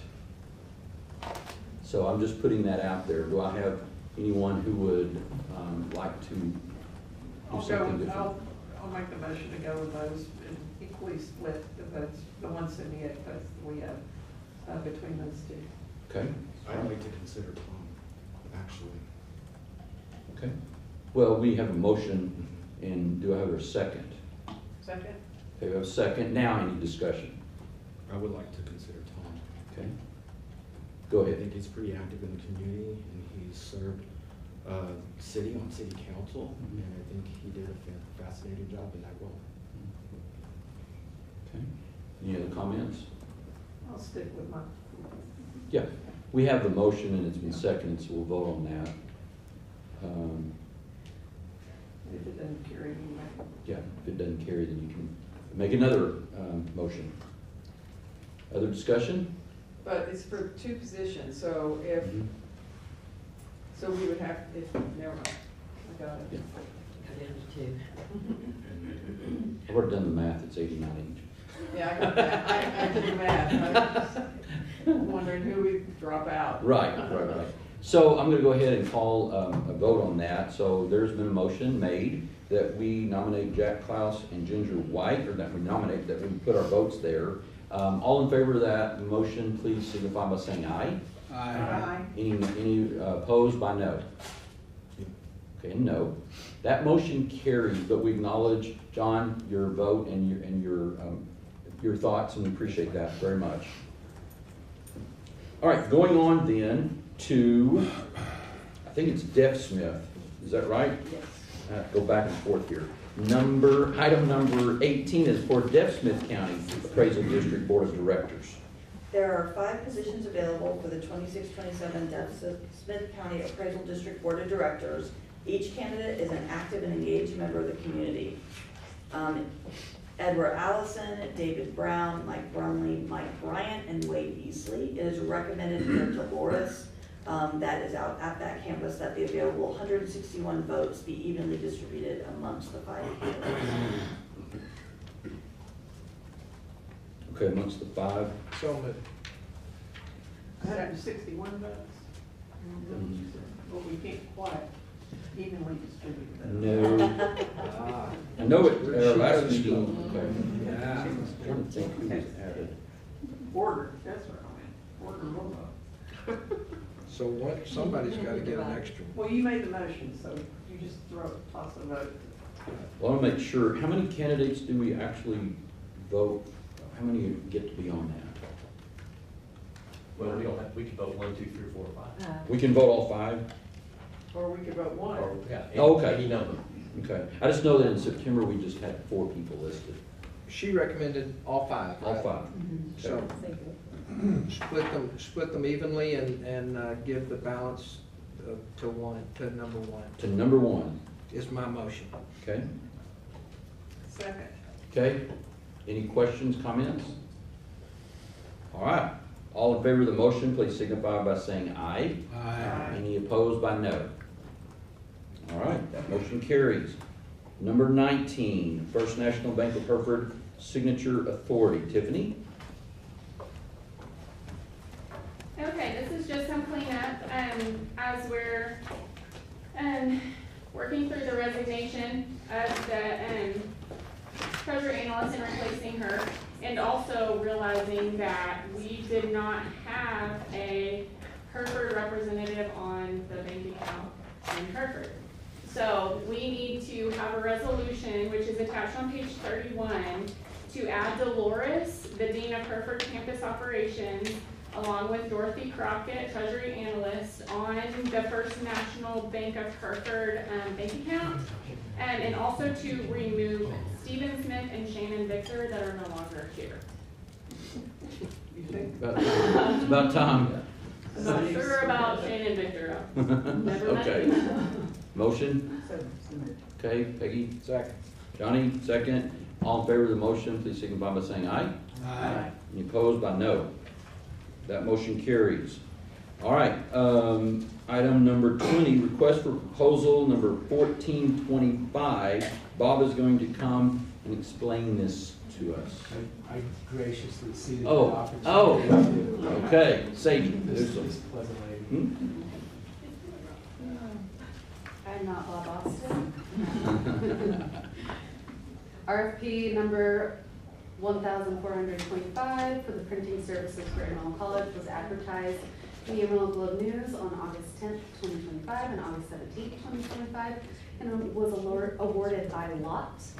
Project documents were obtained by 6 vendors with proposals submitted for various lots. A tabulation of the proposal received is attached.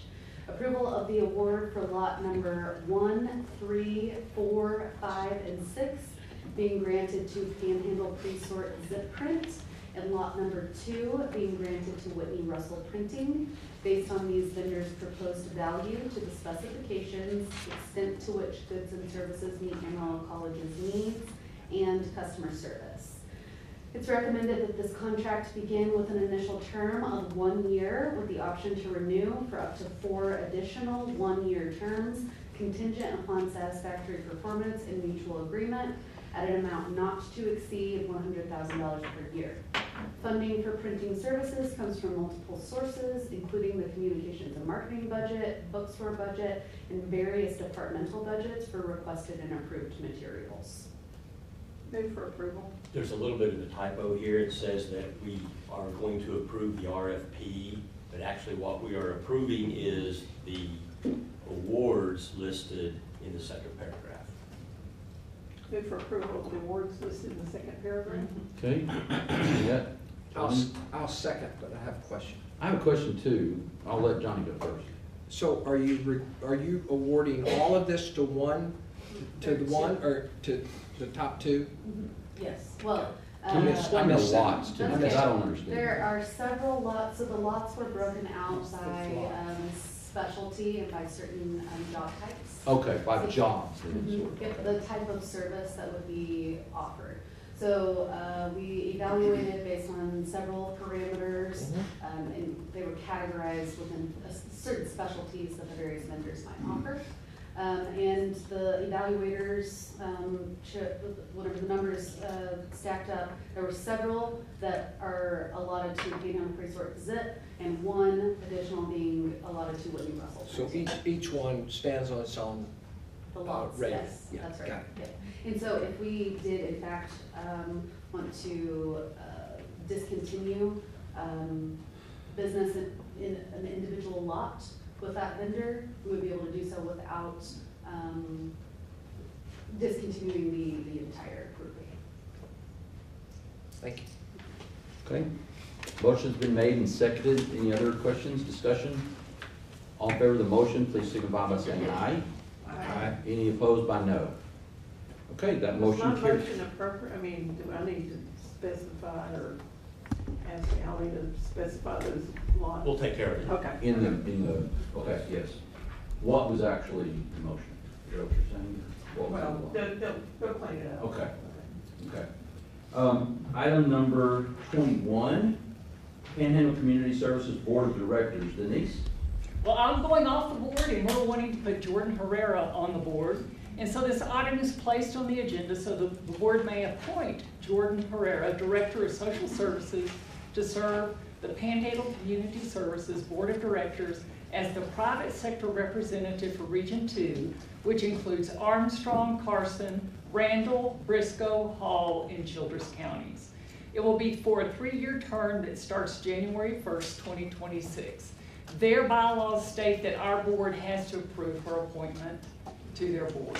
And so what we're asking after discussion, if y'all would vote to appoint her to the board. Okay. Approval, John, second. Okay, Annette, any discussion other than she's a great choice? Good. If you're leaving, she's got to be here. Got a better fill-in than I'm done. All in favor of that motion, please signify by saying aye. Aye. Any opposed by no? All right, the motion carries. And Denise, thank you for your service on that board. Very important board. Next up is approval of an interlocal cooperative agreements between Amarillo College and Panhandle Regional Planning Commission, PRPC. Mark?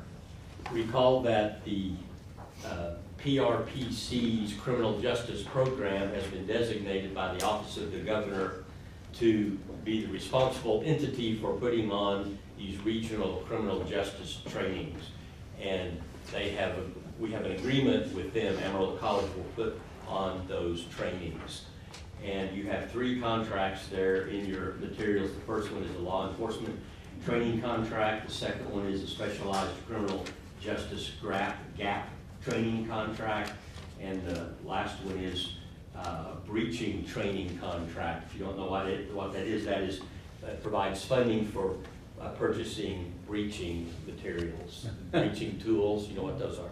So battering rams, Not and breaches. wedges and crowbars and that kind of thing.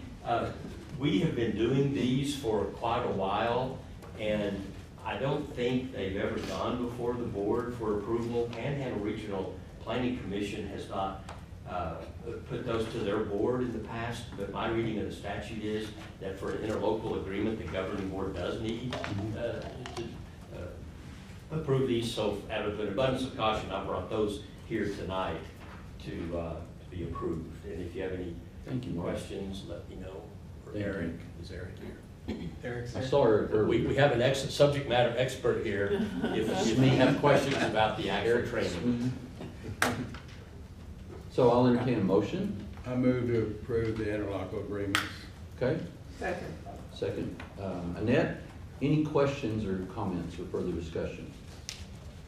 Okay, all in favor of that motion, please signify by saying aye. Aye. Any opposed by no? Okay, that motion carries. Eric, thank you for being here tonight. On the ready. Next up, we have item number 23, and there is actually a mistyping here. We are actually looking to the representative at Kingston Memorial Campus. Did y'all notice that? Yeah. Okay, I did, and I was like, hold on, I know we talked about this. They're in Hereford. He got to leave after start packing. It was a sly attempt, Jeff, I'm sorry. And so we're actually, Mark, it's listed there. Do you need to say anything? We just need to... Sarah is the one you're talking about. Yes, yes, yes. Yes, Hereford. we need to vote on appointing her as the representative, the non-voting campus representative to the Board of Regents that we authorized some years ago. We'll ignore the typo because now we all understand that was just what it was. So somebody ought to make a motion or whatever. Specific to that. I move for Sarah to be approved. Okay, Donnie, second? Okay, and we'll say Irene seconds that. And any questions, comments? All right, all in favor of that motion, please signify by saying aye. Aye. Any opposed? No? Good. Sarah, thank you for your service. I know it's a lot of work, and you are driving back and forth all the time, and we appreciate you. Yeah, especially when you had the broken leg. That was not fun. So you got lots of time to catch up on from that time that you were on. Thank you for the opportunity. Well, there is no one in Hereford who has anything bad to say about you. Let me just say that. If they do, I haven't met them yet. Okay? Thank you so much, Sarah. And next, item number 24 is a strategic planning item that placed on the agenda for the board. To have a strategic planning discussion, Dr. Jamel Connor will discuss the college's mission, vision, and values with the board. Thank you. So we're in the process of building our new strategic plan, and I come to you back in July, and I'm excited to bring forward to you today some great work that we've done to draft. Maybe they'll probably use that. That's what I was going to use. Okay. So I'm going to be jumping right in. I didn't know for sure you were going to use it. Yeah, thank you. Like you're blocking my egress. Get feedback from all of you on the draft mission, vision, and value statements that we've put together. So if you recall, back when we met in July, when we had the board retreat, that was when we first got your feedback and ideas on our mission, vision, and values. After that, at convocation, I had the opportunity with the college family to do a similar type of exercise and get the feedback from them. There was a lot of fantastic feedback. I was so appreciative that everyone was willing to participate and give honest feedback. And then we have a strategic planning committee that then got together and took all of this data and information that we had and spent weeks and weeks looking at it to draft up and synthesize what everyone's thoughts and ideas were. And so that's what I have to talk with you about today.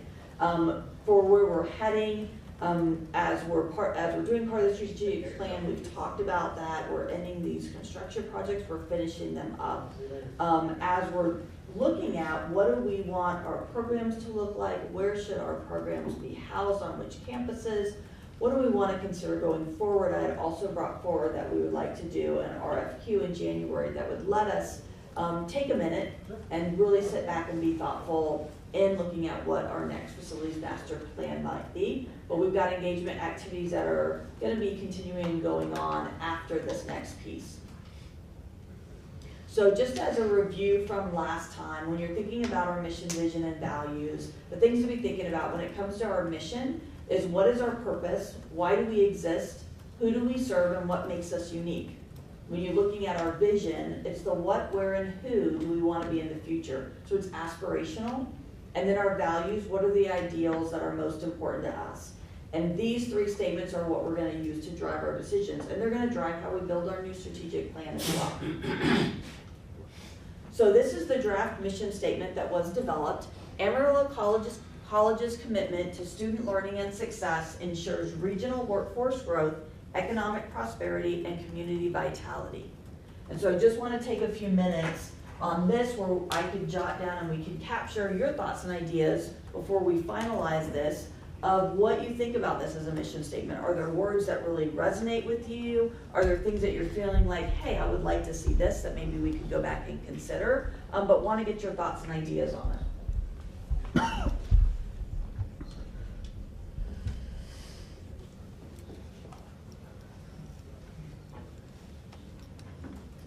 I like that there is, without question, up front, a commitment to student learning. That's not even a question. I like that we put that up front.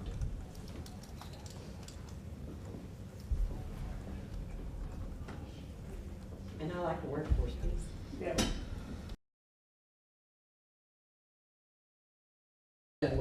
And the whole fact that it's all, to me, it's all geared around improving our community. Yes. You know, from workforce growth, economic prosperity, and community vitality. So I think I like it.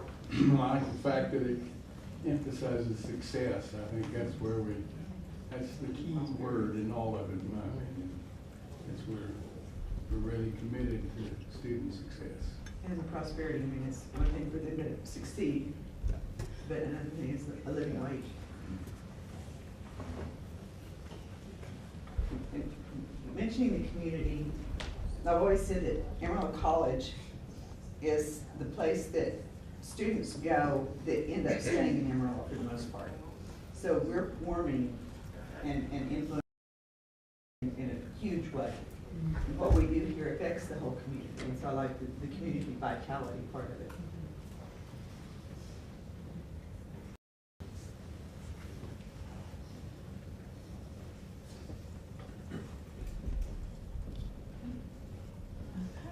Any other feedback, or have we kind of captured everything here? Okay, awesome. So we'll move over to the vision statement. And so the draft vision statement is Amarillo College's standard of excellence in innovation, teaching, and learning leads to every student obtaining a meaningful credential toward a rewarding career that strengthens our communities. That speaks to the living wage. I like the communities part where you're including more than just Amarillo. Yeah, communities.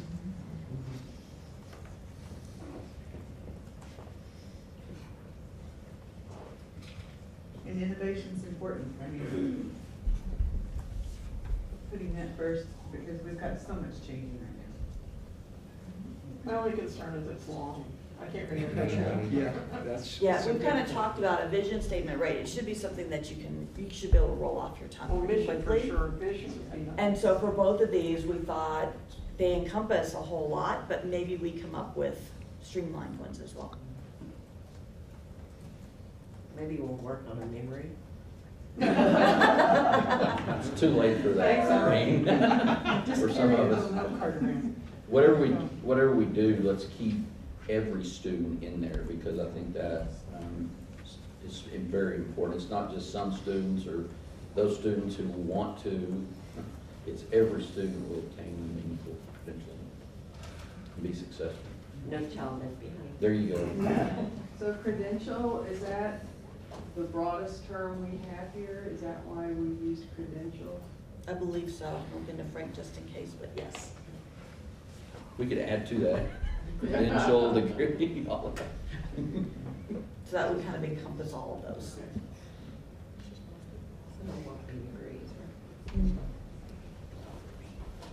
What would you take out? I mean, all of it's important. We have a lot of really creative, smart people that I'm sure That's the problem. can figure it out. That's it. They'll figure it out. Okay. Anything else on this one before we move forward? You like it? Other than just looking at, okay. Let me see if I can get this guy to flip over. Does it flip? It should, I thought it, did it flip or no? Should be on the other side. Oh, there's little. Yep. Do we just turn it around? Make it as simple as possible. There we go. Need an engineer? They're hard. I don't think we could come through. How many High tech. Look High tech how here. many more women, how many college professionals. Good job. Okay, and then lastly will be our value statements. And again, some of these statements we're trying to encompass right now, a lot of things, but definitely looking to what's resonate with you as we look to streamline it. What I love about this one is when you look at our high-level statements, it stands for I care. I care is the acronym. So our values would be integrity, curiosity, accountability, relevance, and engagement. So for integrity, the description, we do what's right even when it's hard. Integrity means being honest, transparent,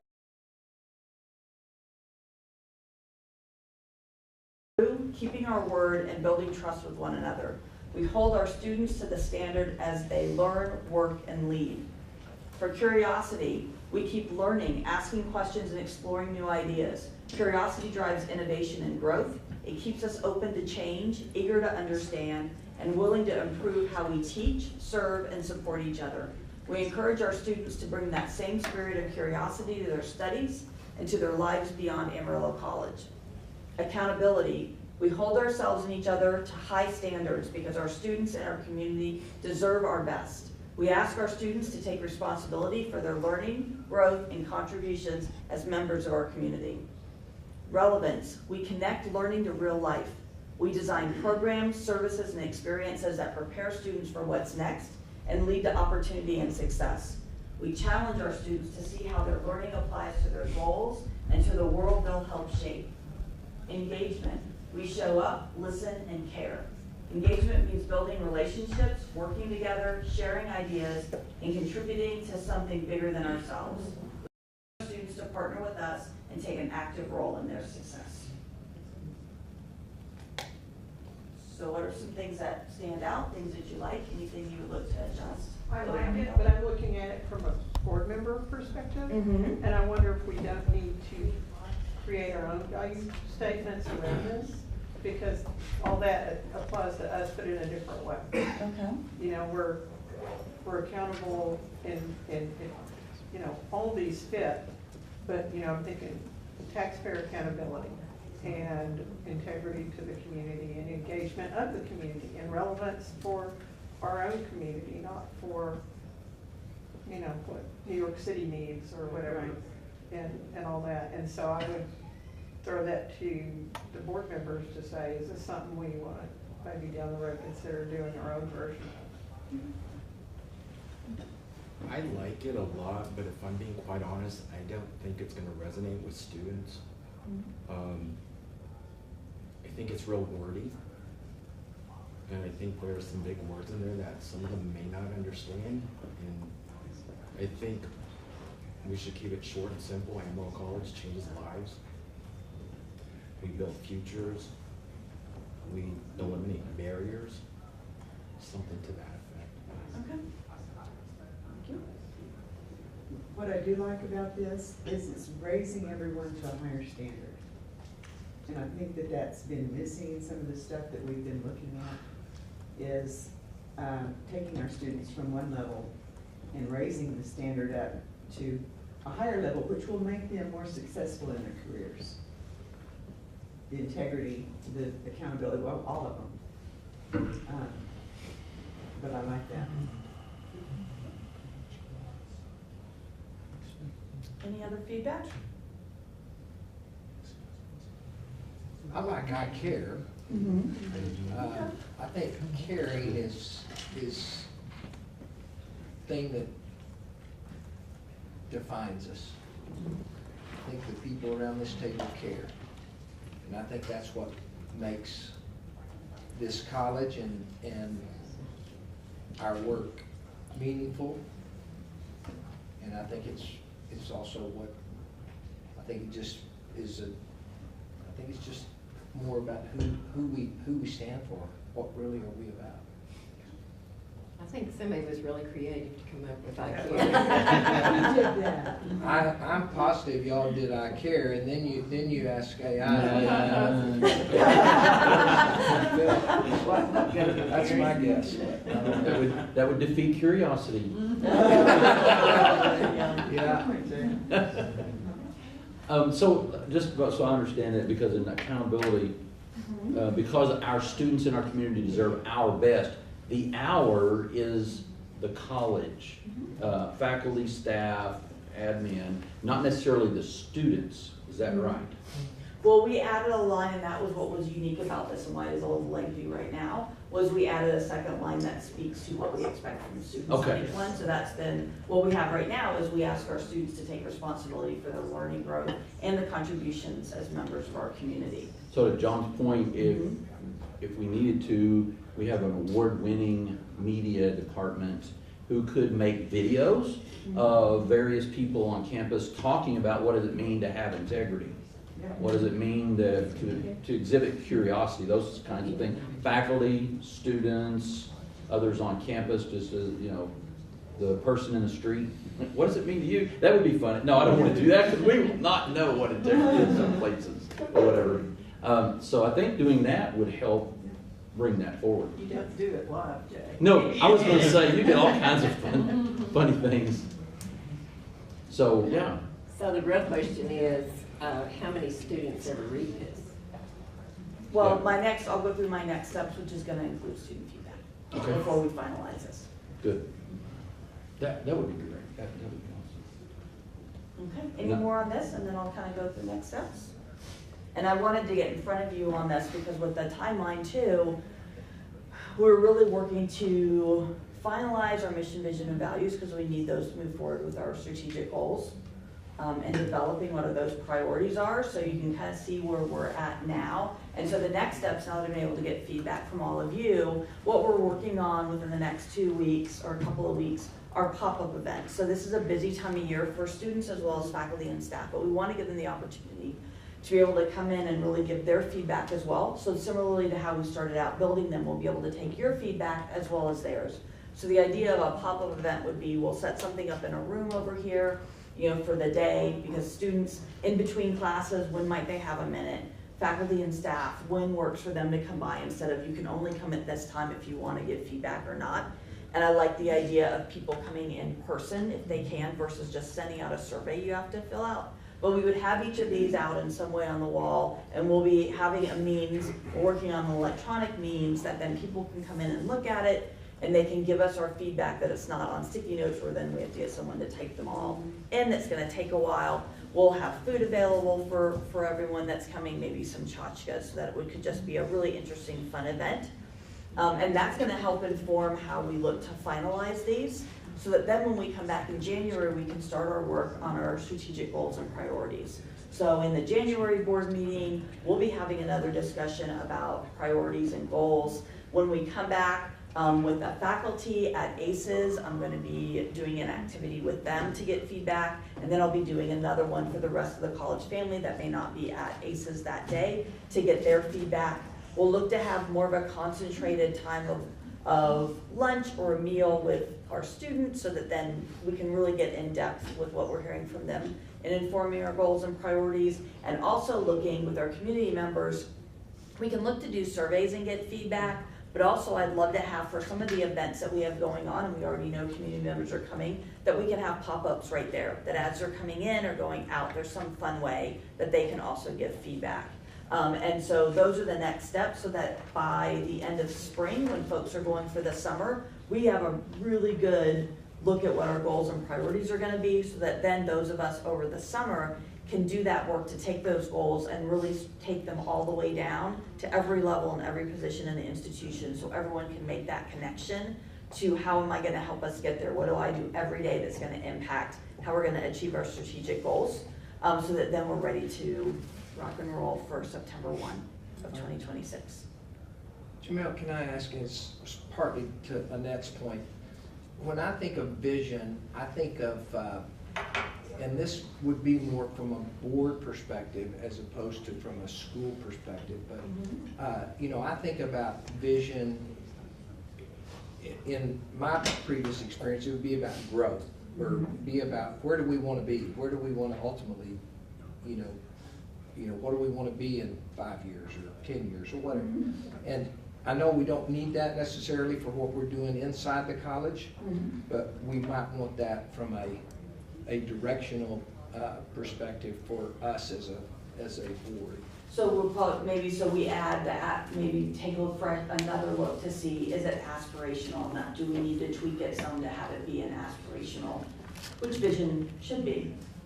I mean, I throw it out for discussion or thought. So you're looking at percentages from this to this, and measurable goals? Usually you don't do measurable in a vision. You can just throw out want to be something, whatever that is. This is what this is. But to me, I mean, I throw it out. There's lots of ways you could do it, but I'm not challenging that we need to change what you're doing within the college, but I'm wondering if we might want to look at that as a board. Just vision. Goals. Yeah, and that's definitely for our strategic goal. We set our strategic goals and priorities. They're going to be quantitative. And so while we may have qualitative pieces, right, about things that we know that are going to make a difference, we're going to have goals, and then that'll be another dashboard, right? that regularly you all will receive to see how we're tracking to attain those goals. So that's the next step. Thank you. I really appreciate all the feedback. I'm excited about what the team's already working on, and we're gonna take this back along with the other feedback that we're gonna get from students and faculty and staff, and then kind of perfect it, kind of work to reframe it based on all the feedback, so thank you. Thank you, Dr. Connor. At this time, we're going to look at item number 25. Going into closed session, there will be a closed session so that regents may, one, consult the college attorney to seek his advice on a legal matter pursuant to section 551.071 of the Texas Government Code, and two, deliberate the appointment